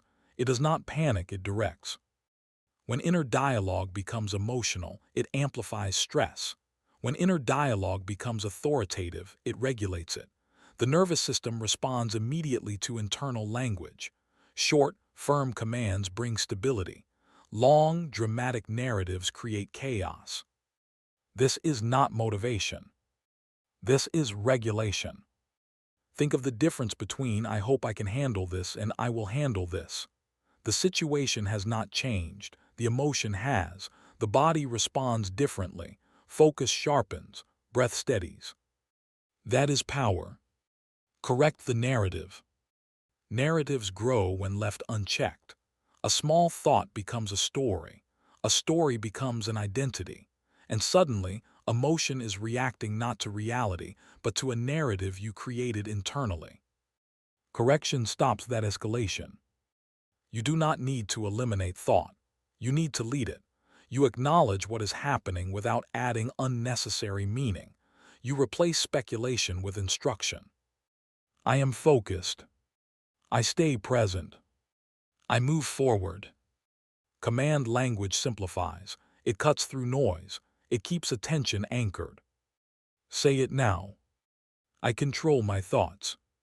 Feel the firmness in that statement. Control does not mean suppression. It means direction. You allow thoughts to arise, but you choose which ones stay. This is the difference between a crowded mind and a led mind. Most emotional spirals begin with permissive language. Words like always, never, can't, too much. These words close options. They signal danger. They push emotion into extremes. Leadership language opens space. It says, "This is manageable. I have handled worse. One step at a time." Language trains emotion. And emotion listens. This is why calm leaders sound calm internally before they sound calm externally. Their inner dialogue sets the tone. When pressure hits, they do not narrate fear. They issue direction. This is mental leadership. Say it again. I speak strength. Strength is not bravado. It is clarity. It is grounded, concise, and deliberate. It does not dramatize. It does not catastrophize. It stays with what is controllable. As you move forward, you will begin to hear your inner voice more clearly. You will notice when it slips into commentary instead of command. And each time you notice, you will correct it. Not harshly. Not emotionally. Precisely. This precision builds confidence. Over time, your inner dialogue becomes an ally instead of an obstacle. It supports discipline. It reinforces calm. It steadies you under pressure. And when the inner world is led, the outer world follows. In the next section, you will deepen this control. You will learn how to replace reactive self-talk with strategic instruction, how repetition rewires inner language, and how your inner voice becomes the strongest tool you possess. For now, hold this truth. The voice I inside you is powerful, and you are learning to lead it. Inner dialogue becomes most influential when pressure rises. When stakes increase, the mind speeds up, thoughts stack, language sharpens or softens everything you feel. This is where mastery is proven. Under pressure, the inner voice often tries to protect you. It warns, it anticipates risk, it scans for danger. That function is not the problem is tone. Untrained inner dialogue speaks emotionally. It exaggerates, it rushes, it predicts failure before evidence appears. And because the voice is internal, it feels authoritative even when it is inaccurate. This is where correction matters most. You do not argue with the voice, you lead it. Mental leadership means recognizing when thought shifts from observation to narration. Observation says, "This is difficult." Narration says, "This is too much." One informs, the other destabilizes. Correct the narrative. Correction is simple, firm, and immediate. You replace emotional language with directive language. You shorten the sentence. You remove drama. You give the mind something clear to execute. Instead of "I don't know if I can do this," you say, "Focus, one step." Instead of "Everything is going wrong," you say, "Adjust, continue." Instead of "I'm falling apart," you say, "Stay steady." These are not affirmations. They are instructions. The nervous system responds to instruction faster than reassurance. When you speak with authority internally, your body follows, breath steadies, muscles release, attention returns. This is regulation in real time. Reframing self-talk does not mean pretending things are easy. It means describing reality without adding emotional weight. You tell the truth without turning it into a threat. This is challenging. Not "This is impossible." I need to concentrate. Not "I can't handle this." Truth keeps you grounded. Drama pulls you away. Say it now. I speak strength. Strength sounds calm. It does not rush. It does not plead. It does not insult you. It respects your capacity even when conditions are difficult. This respect builds self-trust. When your inner voice becomes reliable, you stop fearing your own thoughts. You know that when pressure rises, the voice will guide instead of sabotage. That trust changes everything. You stop spiraling. You stop negotiating. You move. This movement creates momentum. Momentum quiets doubt. Doubt weakens when action continues, and the cycle reverses. Language leads. Emotion follows. Action aligns. This is how inner dialogue shapes outcomes. Repetition matters here. The mind learns through use. Each time you correct the narrative, you reinforce leadership. Each time you speak with authority, you weaken old patterns. Over time, the voice changes tone automatically. What once criticized now directs. What once panicked now steadies. What once distracted now focuses. This is not forced. It is trained. Say it again. I control my thoughts. Control here means governance, not silence. Thoughts will arise, pressure will speak, fear will suggest, but you decide what stays and what goes. Decisions shape identity. As inner dialogue becomes disciplined, emotional states stabilize. You recover faster. You reset quicker. You do not linger in negativity because it has no language to feed on. This is quiet mastery. And others feel it. They sense when someone is internally led. There is a steadiness in your presence, a lack of unnecessary reaction, a clarity in how you move and speak. That clarity originates inside. You are no longer at the mercy of internal commentary. You are directing it. In the next section, you will see how this mastery of inner dialogue amplifies decision-making, strengthens discipline, and locks in emotional control even under sustained pressure. For now, anchor this truth. The voice inside you shapes everything, and you are now in command of it. Chapter 9: Emotional Control and Decision-Making. Every decision you have ever made carried emotion with it, some quietly, some loudly, but emotion was always present, influencing timing, tone, and direction. The mistake most people make is believing emotion should decide. It should not. This chapter begins with separation, not suppression, separation. Emotion informs. Logic decides. This distinction changes everything. Emotion is data. It signals importance. It alerts you to risk, desire, urgency, or attachment. But emotion is not analysis. It does not see the full field. It sees what feels closest, loudest, most immediate. Logic steps back. Logic widens the lens. Logic weighs consequence, timing, and trajectory. When emotion decides, outcomes are volatile. When logic decides, outcomes are stable. You are learning how to separate the two. High-stakes decisions are rarely ruined by lack of intelligence. They are ruined by urgency. Urgency compresses thinking. It narrows options. It creates the illusion that action must happen now or everything will be lost. Urgency is emotional pressure masquerading as necessity. Most regret is born here. A rushed agreement. A premature commitment. A reaction framed as decisiveness. Decisiveness without clarity is not strength. It is impulse with confidence. Calm decision-making begins with slowing the internal clock. When urgency appears, it is a signal to pause, not to move faster. Urgency demands action. Leadership demands assessment. Removing urgency restores choice. This is difficult at first because urgency feels productive. It feels active. It feels like momentum. But urgency rarely builds momentum, it spends it. Strategic clarity requires space. Space to evaluate facts without emotional distortion. Space to ask better questions. Space to consider second-order consequences instead of first reactions.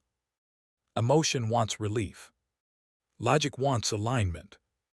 When you feel pressure to decide quickly, ask one question internally. What happens if I wait? That question alone diffuses emotional dominance. It reminds the nervous system that delay is an option. Delay is not avoidance. Delay is analysis. Say it now. I decide calmly. Calm decision-making does not mean emotion disappears.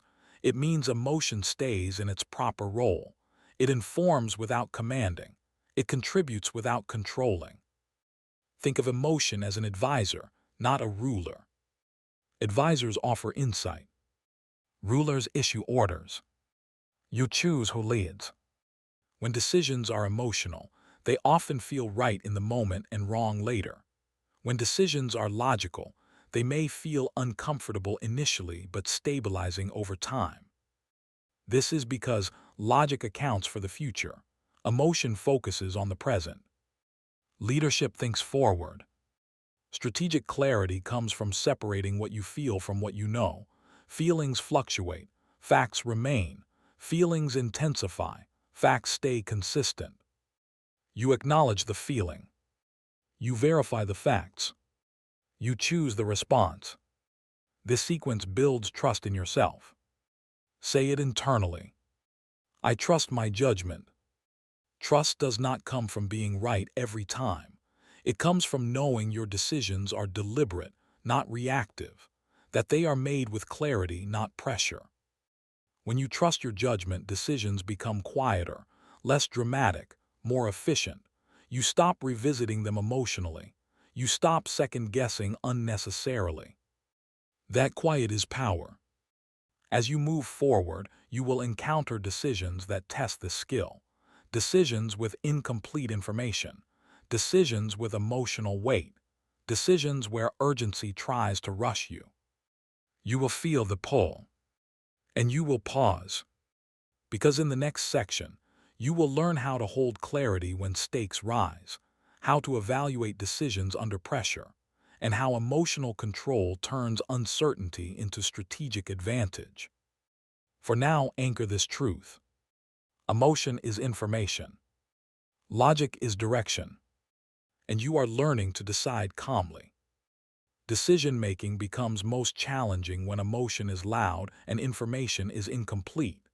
These are the moments that shape direction, not because the choice is perfect, but because the process is sound. Emotional control allows you to hold uncertainty without rushing to escape it. Most people believe decisiveness means speed. In reality, decisiveness means commitment to clarity. Speed without clarity creates momentum in the wrong direction. Calm evaluation creates alignment. Removing urgency is a skill. Urgency feels like a deadline inside your body. Heart rate increases. Thoughts accelerate. The mind insists that waiting will cost you something. That insistence is emotional pressure, not factual necessity. When urgency appears, your first decision is not about the outcome. It is about pace. Slow the pace. Slowing does not mean stopping. It means creating enough space for logic to surface. You take a breath. You widen perspective. You gather what matters instead of reacting to what feels loudest. This is how strategic clarity flows. RMS. Strategic clarity asks different questions. Not how do I end this feeling, but what outcome aligns with my direction. Not what do I want right now, but what does this choice produce over time. These questions shift authority away from emotion. Emotion informs you that something matters. Logic decides how you move forward. Say it again. I decide calmly. Calm decisions feel less exciting. They do not come with emotional spikes. They feel grounded, balanced, sometimes even uncomfortable, but they age well. Decisions driven by emotional relief feel good briefly and cost more later. Decisions driven by clarity may feel heavy initially, but protect your future. This is where trust in judgment grows. Each time you choose logic over impulse, you reinforce self-respect. You teach yourself that you can handle complexity without collapsing into urgency. That confidence compounds. Say it now. I trust my judgment. Trust is built through repetition, not by avoiding mistakes but by committing to a disciplined decision-making process. You evaluate, you decide, you move forward without excessive rumination. Rumination is emotional indecision, pretending to be analysis. Analysis ends in choice. Rumination circles emotion. Emotional control draws a clear line between the two. You begin to recognize when thought becomes unproductive, when revisiting a decision no longer adds information. At that point, you return to logic, you reaffirm your reasoning, and you continue. This is how leaders handle uncertainty. They do not wait for perfect conditions. They wait for sufficient clarity, and then they act with confidence. Confidence does not mean certainty. It means commitment. When emotion no longer dictates your decisions, your actions become consistent. Consistency builds reliability. Reliability builds influence. People trust those who decide calmly under pressure. And more importantly, you trust yourself. This trust reduces anxiety. It quiets inner debate. It frees energy for execution instead of emotional processing. Clarity simplifies life. In the next section, you will see how emotional control in decision-making strengthens long-term discipline, sharpens leadership, and prevents regret before it forms. For now, hold this. Emotion informs. Logic decides. And you are choosing with clarity. Chapter 10. Silence, Secrecy, and Power. Silence is misunderstood. It is often mistaken for weakness, avoidance, or uncertainty. People assume that power must be loud, visible, and constantly expressed. They believe strength announces itself, explains itself, defends itself. That belief leaks energy. This chapter begins with a recalibration. Silence is not absence. Silence is control. Silence is intention. Silence is the space where power gathers itself before it moves. Not everything needs expression. Every word you release carries energy. Every explanation spends focus. Every unnecessary disclosure gives something away. Most people talk too much not because they are confident, but because they are seeking relief. Silence does not seek relief. Silence holds ground. When you stop expressing everything you feel, you stop feeding emotion. You stop rehearsing narratives. You stop amplifying noise. Instead, you conserve energy. Energy conservation is strength. Think of energy like currency. Spend it everywhere and you are always depleted. Protect it and you gain leverage. Silence protects energy because it prevents unnecessary expenditure. Privacy is protection. When everything about you is visible, accessible, and explained, nothing is guarded. Boundaries dissolve. Influence weakens. But when you choose what to reveal and what to hold, you maintain control over direction. Privacy is not secrecy born of fear. It is strategy born of awareness. You do not need to announce every plan. You do not need to share every intention.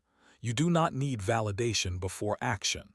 Quiet preparation builds momentum without interference. Say less. Words invite response. Response invites opinion. Opinion invites distraction. Silence bypasses the entire chain. Observe more.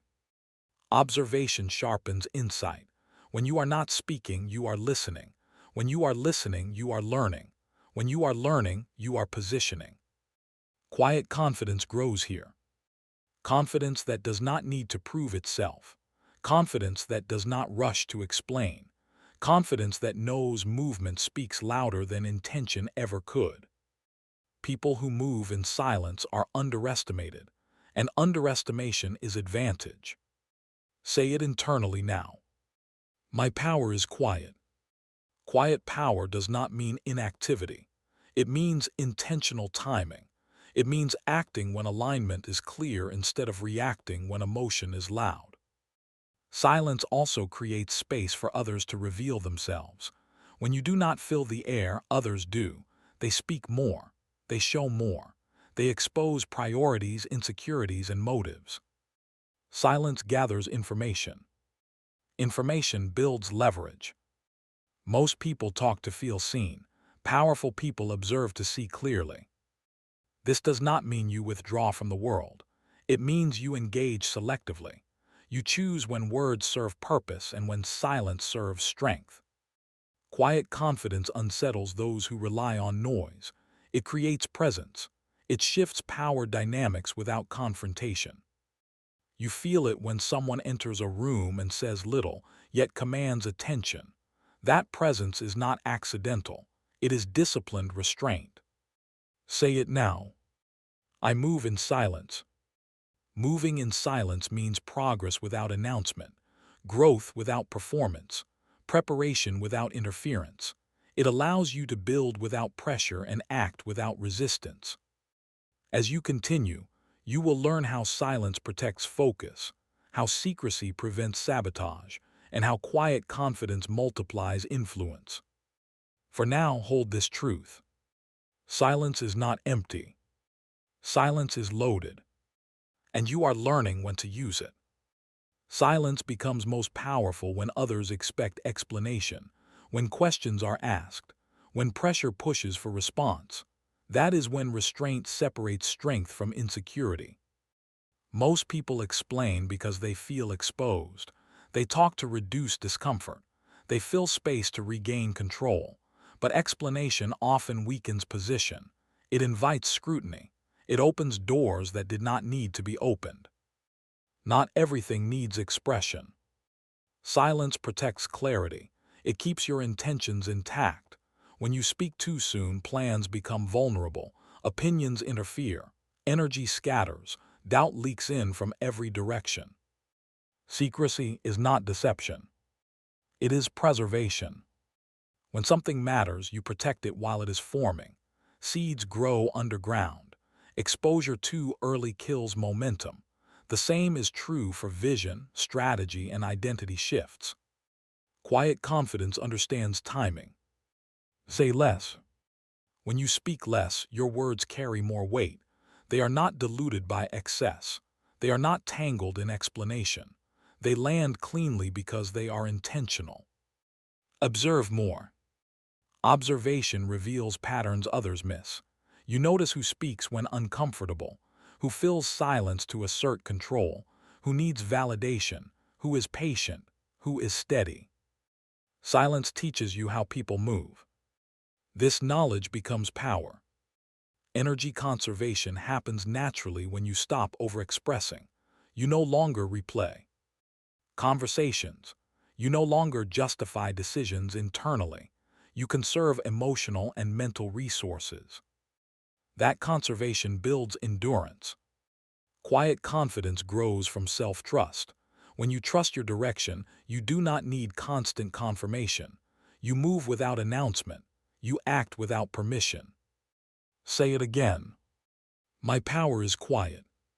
Quiet power does not chase attention. Attention comes to it because stillness draws focus, because restraint creates gravity. People lean in when you do not lean out. Silence also removes you from unnecessary conflict. Many arguments exist only because words were offered too soon. Silence ends debates before they begin. It lets emotion exhaust itself without your participation. This is not avoidance. This is selectivity. You choose what deserves engagement. You choose what does not. That choice keeps your energy aligned with purpose instead of distraction. Say it clearly now. I move in silence. Moving in silence does not mean isolation. It means discretion. It means progress without noise. It means letting outcomes speak instead of intentions. Over time, this changes how others perceive you. They sense depth. They sense control. They sense that you are not easily influenced or provoked. That perception creates influence. In the next section, you will see how silence and emotional control merge into leadership presence, how restraint amplifies authority, and how quiet strength becomes unmistakable. For now, hold this truth. Silence is not weakness. Silence is discipline, and discipline multiplies power. Chapter 11. Emotional Control as Leadership. Leadership is not granted by position. It is recognized through presence. This chapter begins with a shift in perspective. Leadership is not what you say you are. It is what others feel when they are around you.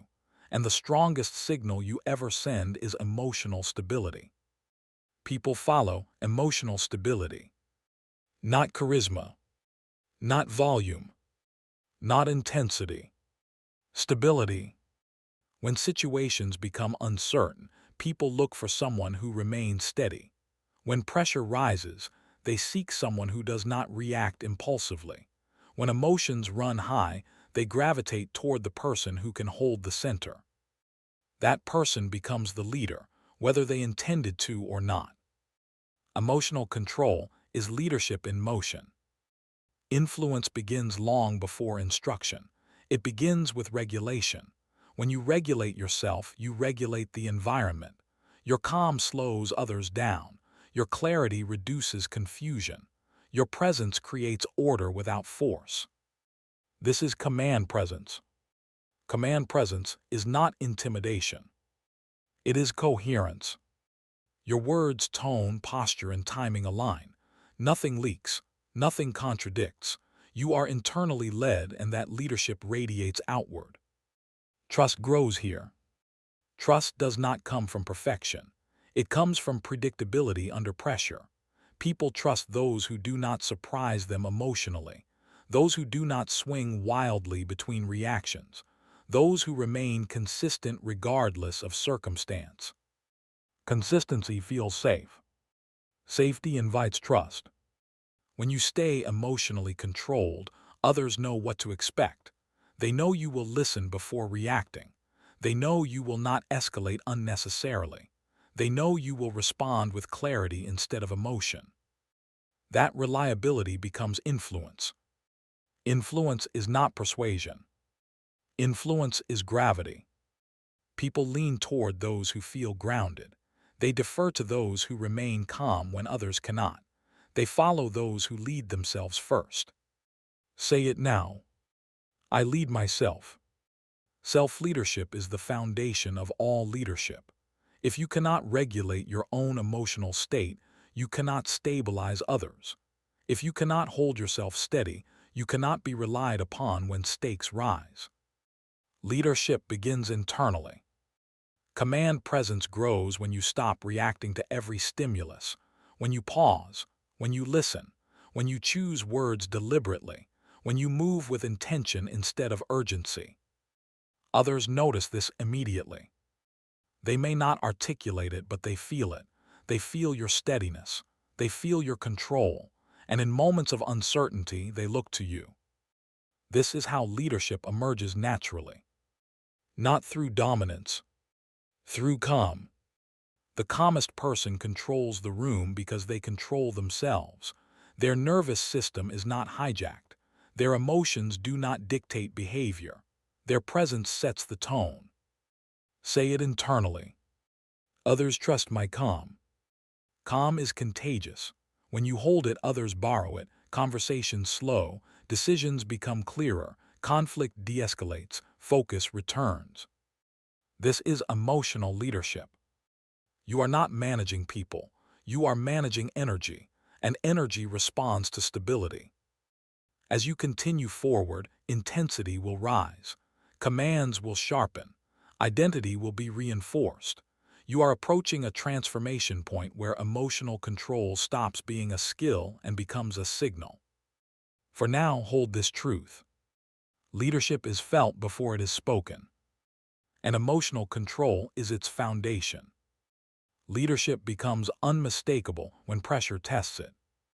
Anyone can appear composed when conditions are easy. True leadership is revealed when stakes rise, when emotions surge, when uncertainty presses in and others begin to look outward for direction. This is where emotional control stops being personal and becomes collective. People mirror emotional states. Anxiety spreads quickly, so does calm. When one person remains steady, the entire environment adjusts. Voices soften, movements slow, attention sharpens. This is influence without instruction. You do not need to command others when your presence already sets direction. Emotional stability becomes a reference point. Others subconsciously align to it because it feels safe, reliable, grounded. This is why emotional leaders are trusted with responsibility. Trust is built when people know you will not collapse under pressure, when they know you will not lash out, when they know you will not disappear when decisions get difficult. Trust grows when reactions are predictable and responses are thoughtful. Predictability in emotion creates freedom in action. Those around you begin to take risks, to speak honestly, to engage fully, because they are not bracing for volatility. They are supported by stability. This is command presence in its purest form. Command presence is not loud. It is centered. It does not demand attention. It attracts it. When you enter a space grounded and regulated, people notice, not consciously at first but viscerally. Your posture, breath, and pacing communicate confidence before words ever arrive. This presence is felt immediately. Say it now. I lead myself. Leading yourself means you do not outsource your emotional state. You do not wait for circumstances to improve before becoming calm. You do not require validation to remain steady. You bring stability with you. And because you bring it, others trust it. Say it again. Others trust my calm. Calm is not passive. It is active regulation. You are aware of emotion but not ruled by it. You acknowledge tension without amplifying it. You listen without absorbing chaos. This allows you to make decisions that serve the group, not your ego. Transformation Peak 2 begins here. The rhythm sharpens. The tone intensifies. You do not flinch. You do not rush. You do not react. You stand steady. You breathe. You observe. You decide. Others look to you, not because you ask them to, because stability commands attention. You are not louder. You are clearer. You are not aggressive. You are grounded. You do not compete for control. You already have it. Say it internally, firmly now. I lead myself. Again, I lead myself. This is identity reinforcement. You are no longer trying to appear composed. You are composed. You are no longer managing emotions after they erupt. You regulate them before they spread. This regulation creates trust faster than M.S. Over time, people begin to rely on you. They bring challenges to you. They seek your perspective. They feel safer navigating uncertainty with you present. This is leadership without title. This is influence earned, not claimed. And as emotional control solidifies into identity, effort decreases. Calm becomes natural. Presence becomes default. You no longer prepare to lead. You simply arrive as someone others follow. In the next section, you will see how this emotional leadership locks in long-term authority, how calm presence compounds over time, and how mastery becomes unmistakable even in silence. For now, anchor this truth. Leadership is stability. Stability is control. And emotional control is who you are becoming. Chapter 12, Becoming Unshakable.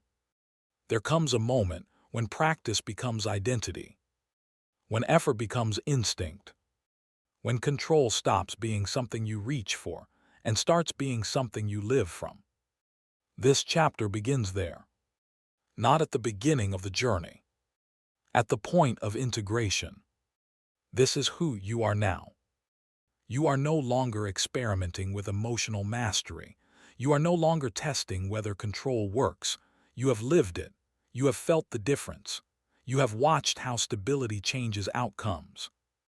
There is no regression here. Regression only happens when identity is weak, when control is treated like a tool instead of a standard. You have moved beyond that stage. Emotional mastery is no longer situational. It is structural. It is built into how you think, how you pause, how you decide, how you respond. Self-respect grows from this integration. Self-respect is not confidence spoken aloud. It is trust earned quietly. Trust that you will not abandon yourself under pressure. Trust that you will not react in ways that contradict who you are becoming. That trust is unshakable. Chaos may still appear around you.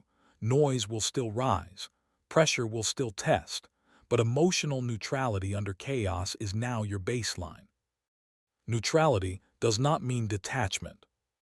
It means clarity without distortion. You see what is happening without absorbing it. You feel intensity without being pulled into it. You remain present while others scatter. This presence is rare. Most people oscillate between extremes, calm when comfortable, reactive when challenged. You no longer live that way. Your emotional state is not dictated by conditions. Conditions change. You remain. Say it now. I am unshakable. Feel the weight of that statement, not arrogance, grounding, certainty. You are not claiming perfection. You are claiming responsibility. Responsibility for your reactions. Responsibility for your pace. Responsibility for your inner world. This responsibility is freedom. Freedom from emotional whiplash. freedom from regret-driven cycles, freedom from being pulled into chaos that is not yours to carry. Self-respect deepens when you recognize that nothing external has permission to destabilize you without consent. You choose what enters. You choose what stays. That choice is sovereignty. This is emotional mastery, fully integrated. You no longer fear emotional intensity because you trust yourself within it. You no longer need to suppress because you can contain. You no longer negotiate with impulse because discipline is now instinct. You decide who you become. Say it clearly. I decide who I become. Decision is no longer reactive. It is declarative. You do not wait to see how you feel. You act in alignment with who you are. Identity leads. Emotion follows. This is the moment where effort drops away, where control feels natural, where you stop monitoring yourself constantly because regulation is automatic. Not effortless, embedded. And because it is embedded, it holds under pressure. You are no longer building stability. You are embodying it. As this chapter continues, intensity will rise one final time. The rhythm will sharpen. The release will come. Everything you have learned will converge into a final identity lock. For now, anchor this truth. You are not becoming unshakable. You are becoming aware that you already are. Stay here. Chaos does not disappear when you become unshakable. It simply loses its authority. It no longer dictates your internal state. It no longer drags you into reaction. It no longer decides who you are in the moment. This is the difference. Before, chaos entered and took over. Now it enters and passes through. You notice it, you register it, and you remain centered. Emotional neutrality under chaos is not numbness. It is maturity. It is the ability to feel without being ruled, to see without absorbing, to stand steady while everything around you accelerates. This is mastery lived. And mastery brings release. Transformation Peak 3 begins here. The rhythm tightens. The pace quickens. The intensity rises. You feel it. The pressure. The noise. The demand. And you do not move. You do not flinch. You do not react. You do not break. You breathe. You hold. You stand. Rapid fire now. Stay steady. Stay clear. Stay grounded. The moment pushes. You remain. Voices rise. You listen. Emotions surge. You decide. Nothing shakes you. Say it now with force. I am unshakable. Again. I am unshakable. This is not bravado. This is recognition. Recognition of everything you have trained. Everything you have endured. Everything you have integrated. You are no longer the person who reacts first and reflects later. You are the person who chooses in real time, who holds power quietly, who respects themselves enough to remain composed. This self-respect is permanent. It does not depend on success or approval. It does not rise and fall with outcomes. It is rooted in behavior, in conceit. And see why, in integrity. Integrity is alignment under pressure. And you have it. Say it again. I decide who I become. You decide when to speak. You decide when to wait. You decide what deserves energy. You decide what does not. This decision is made daily, and because it is repeated, it is stable. No regression, no return to old patterns. Awareness catches deviation immediately. Correction happens quickly. You move forward without drama. This is who you are now. Unshakable does not mean immovable. It means adaptable without losing center, flexible without losing standards, calm without losing intensity. You can move fast without rushing. You can feel deeply without collapsing. You can lead without forcing. This is emotional mastery embodied. And as you carry this forward, others feel it. They sense your stability. They trust your presence. They follow your calm without needing explanation. This is the quiet influence of someone who has integrated control into identity. In the next and final section, everything will resolve. The journey will close. The identity will be sealed. You will step forward with clarity, confidence, and authority over your inner world. For now, hold this truth firmly. Nothing controls you. Nothing shakes you. You are unshakable. Final conclusion: the controlled mind wins. This is the moment everything comes together. Not as information, not as theory, as identity. You have moved through awareness, discipline, pause, pressure, silence, control. You have faced emotion directly instead of running from it. You have trained yourself to stay present when reaction once ruled. You have learned to lead from the inside out. Now you stand at the end of one journey and the beginning of another. The controlled mind wins. Look back for a moment, not with regret, with clarity. You remember what life felt like when emotion decided first, when urgency hijacked judgment, when reactions left you cleaning up consequences later. You remember the exhaustion, the second guessing, the feeling that something inside needed to be stronger, steadier, more reliable. You didn't lack potential. You lacked control. And now that gap is closed. You no longer react, you respond. That single shift changes everything. Response contains choice. Reaction contains habit. Response is deliberate. Reaction is automatic. Response reflects leadership. Reaction reflects conditioning. You have broken conditioning. Emotion no longer owns the controls. It no longer drives direction. It no longer dictates pace. Emotion still exists, but it serves instead of commands. Emotion serves you now. That is mastery. Victory does not arrive with noise. It arrives with calm confidence, a quiet certainty that you can handle what comes next because you have handled what came before. You are no longer afraid of intensity because you know how to hold it. You are no longer afraid of pressure because you trust your endurance. You are steady. This steadiness is not temporary motivation. It is structural. It is built into how you think, pause, decide, and move. It shows up without effort because it has been trained into identity. This is your advantage. While others rush, you wait. While others react, you observe. While others panic, you decide. This advantage compounds over time. It protects relationships. It sharpens decisions. It strengthens leadership. It allows you to move through chaos without absorbing it.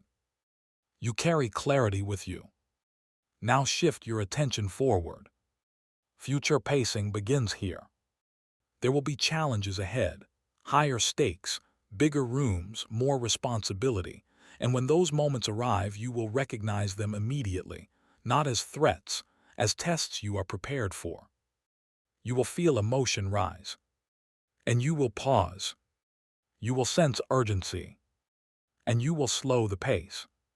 You will hear noise, and you will choose silence. You will face pressure, and you will stand. This is not effort anymore. This is instinct. The controlled mind wins because it does not waste energy fighting itself. It aligns thought, emotion, and action in one direction, forward. Live deliberately. Deliberate living means you choose your responses instead of surrendering them. You choose your pace instead of being dragged. You choose what matters instead of reacting to everything.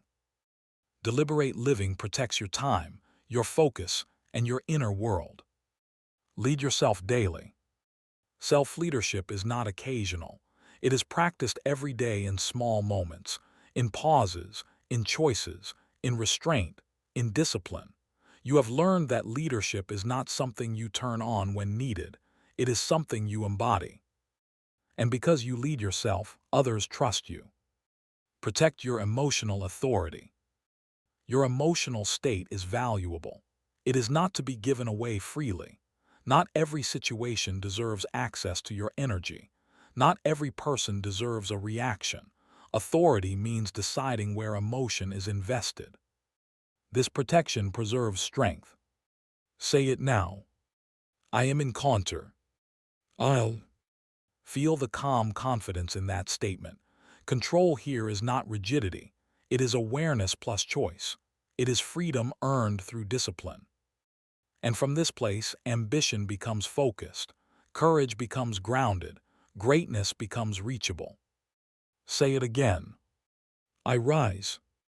Rising does not mean escaping struggle. It means standing taller within it. It means meeting life with clarity instead of chaos. This journey has not removed emotion from your life. It has put it in its proper place, as fuel, as signal, as servant. Never again as master. You choose greatness. Not once. Repeatedly. And each time you choose it, the controlled mind wins. Stay here. You are standing in a different place now. Not because the world changed. Because you did.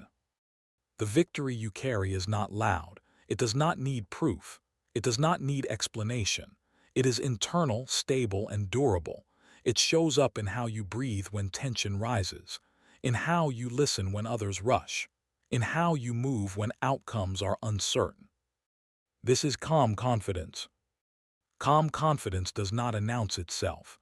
It reveals itself over time, in consistency, in restraint, in decisions that age well. You feel it in your body now, a steadiness that was not always there, a trust in yourself that no longer depends on emotion behaving perfectly. You have learned something most people never do. You have learned that control is freedom. Freedom from emotional whiplash. Freedom from regret-driven cycles. Freedom from reacting to everything that demands attention. You are no longer available to chaos. This is empowered resolve. Resolve does not mean rigidity. It means commitment to alignment. You know what you stand for internally, and because you know it, you do not need to prove it externally. You move differently now. You speak with intention. You wait without anxiety. You decide without panic. This is the controlled mind in motion. And it wins not because it dominates others, but because it governs itself. As you move forward into new rooms, new challenges, new responsibilities, you will notice something subtle. Situations that once drained you no longer do. Conversations that once pulled you off center now pass through without impact. Pressure that once felt overwhelming now feels familiar. Familiar does not mean easy. It means manageable. You have trained yourself to stay. Stay present. Stay grounded. Stay deliberate. And staying is power. This is your advantage in a world addicted to reaction. While others broadcast every emotion, you conserve. While others rush to be heard, you listen. While others burn energy explaining themselves, you let results speak. You do not compete in noise. You operate in clarity. Live deliberately. Deliberate living is not restrictive. It is expansive. It creates room for focus, for depth, for mastery. It removes the friction created by constant emotional negotiation. You no longer ask how you feel before acting. You ask who you are becoming. And you act accordingly. Lead yourself daily. Some days will be quiet. Some will be intense. Some will test everything you have built. And on those days, you will not search for motivation. You will return to standards. Standards do not fluctuate. Standards hold. You pause. You observe. You decide. That sequence is now yours. Protect your emotional authority. This is not isolation. It is discernment. You choose where emotion is invested. You choose when expression serves purpose. You choose when silence multiplies strength. You do not owe reaction to anyone. You owe alignment to yourself. Say it now. I am in control. Control here is not force, it is stewardship. You steward your thoughts, you steward your responses, you steward your energy. And because you steward it, it grows. You are not finished, but you are anchored. The work ahead will challenge you, stretch you, demand more from you. And when it does, you will not question whether you can handle it. You already have. Say it. I rise. Rising is a daily act, a choice made in small moments, in pauses, in restraint, in courage without noise. You choose greatness not once but as a pattern of calm decisions, of disciplined action, of emotional mastery lived quietly. Say it clearly now. I choose greatness. And as you carry this forward, remember this truth. You no longer react, you respond. Emotion serves you now. This is your advantage. The controlled mind wins. And it always will.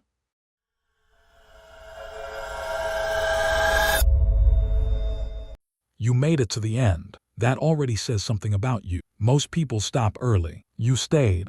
If this audiobook challenged you, if it sharpened your focus, if it reminded you of who you're becoming, then don't let this be a one-time moment. This channel exists for people who choose growth, discipline over comfort, clarity over noise, progress over excuses. If you want more audiobooks like this, more mindset training, more leadership, more inner strength, subscribe, like this video so it reaches the people who need it, and share it with someone who's ready to rise but hasn't found the words yet. Stay consistent, protect your mind, and keep moving forward. This is only the beginning.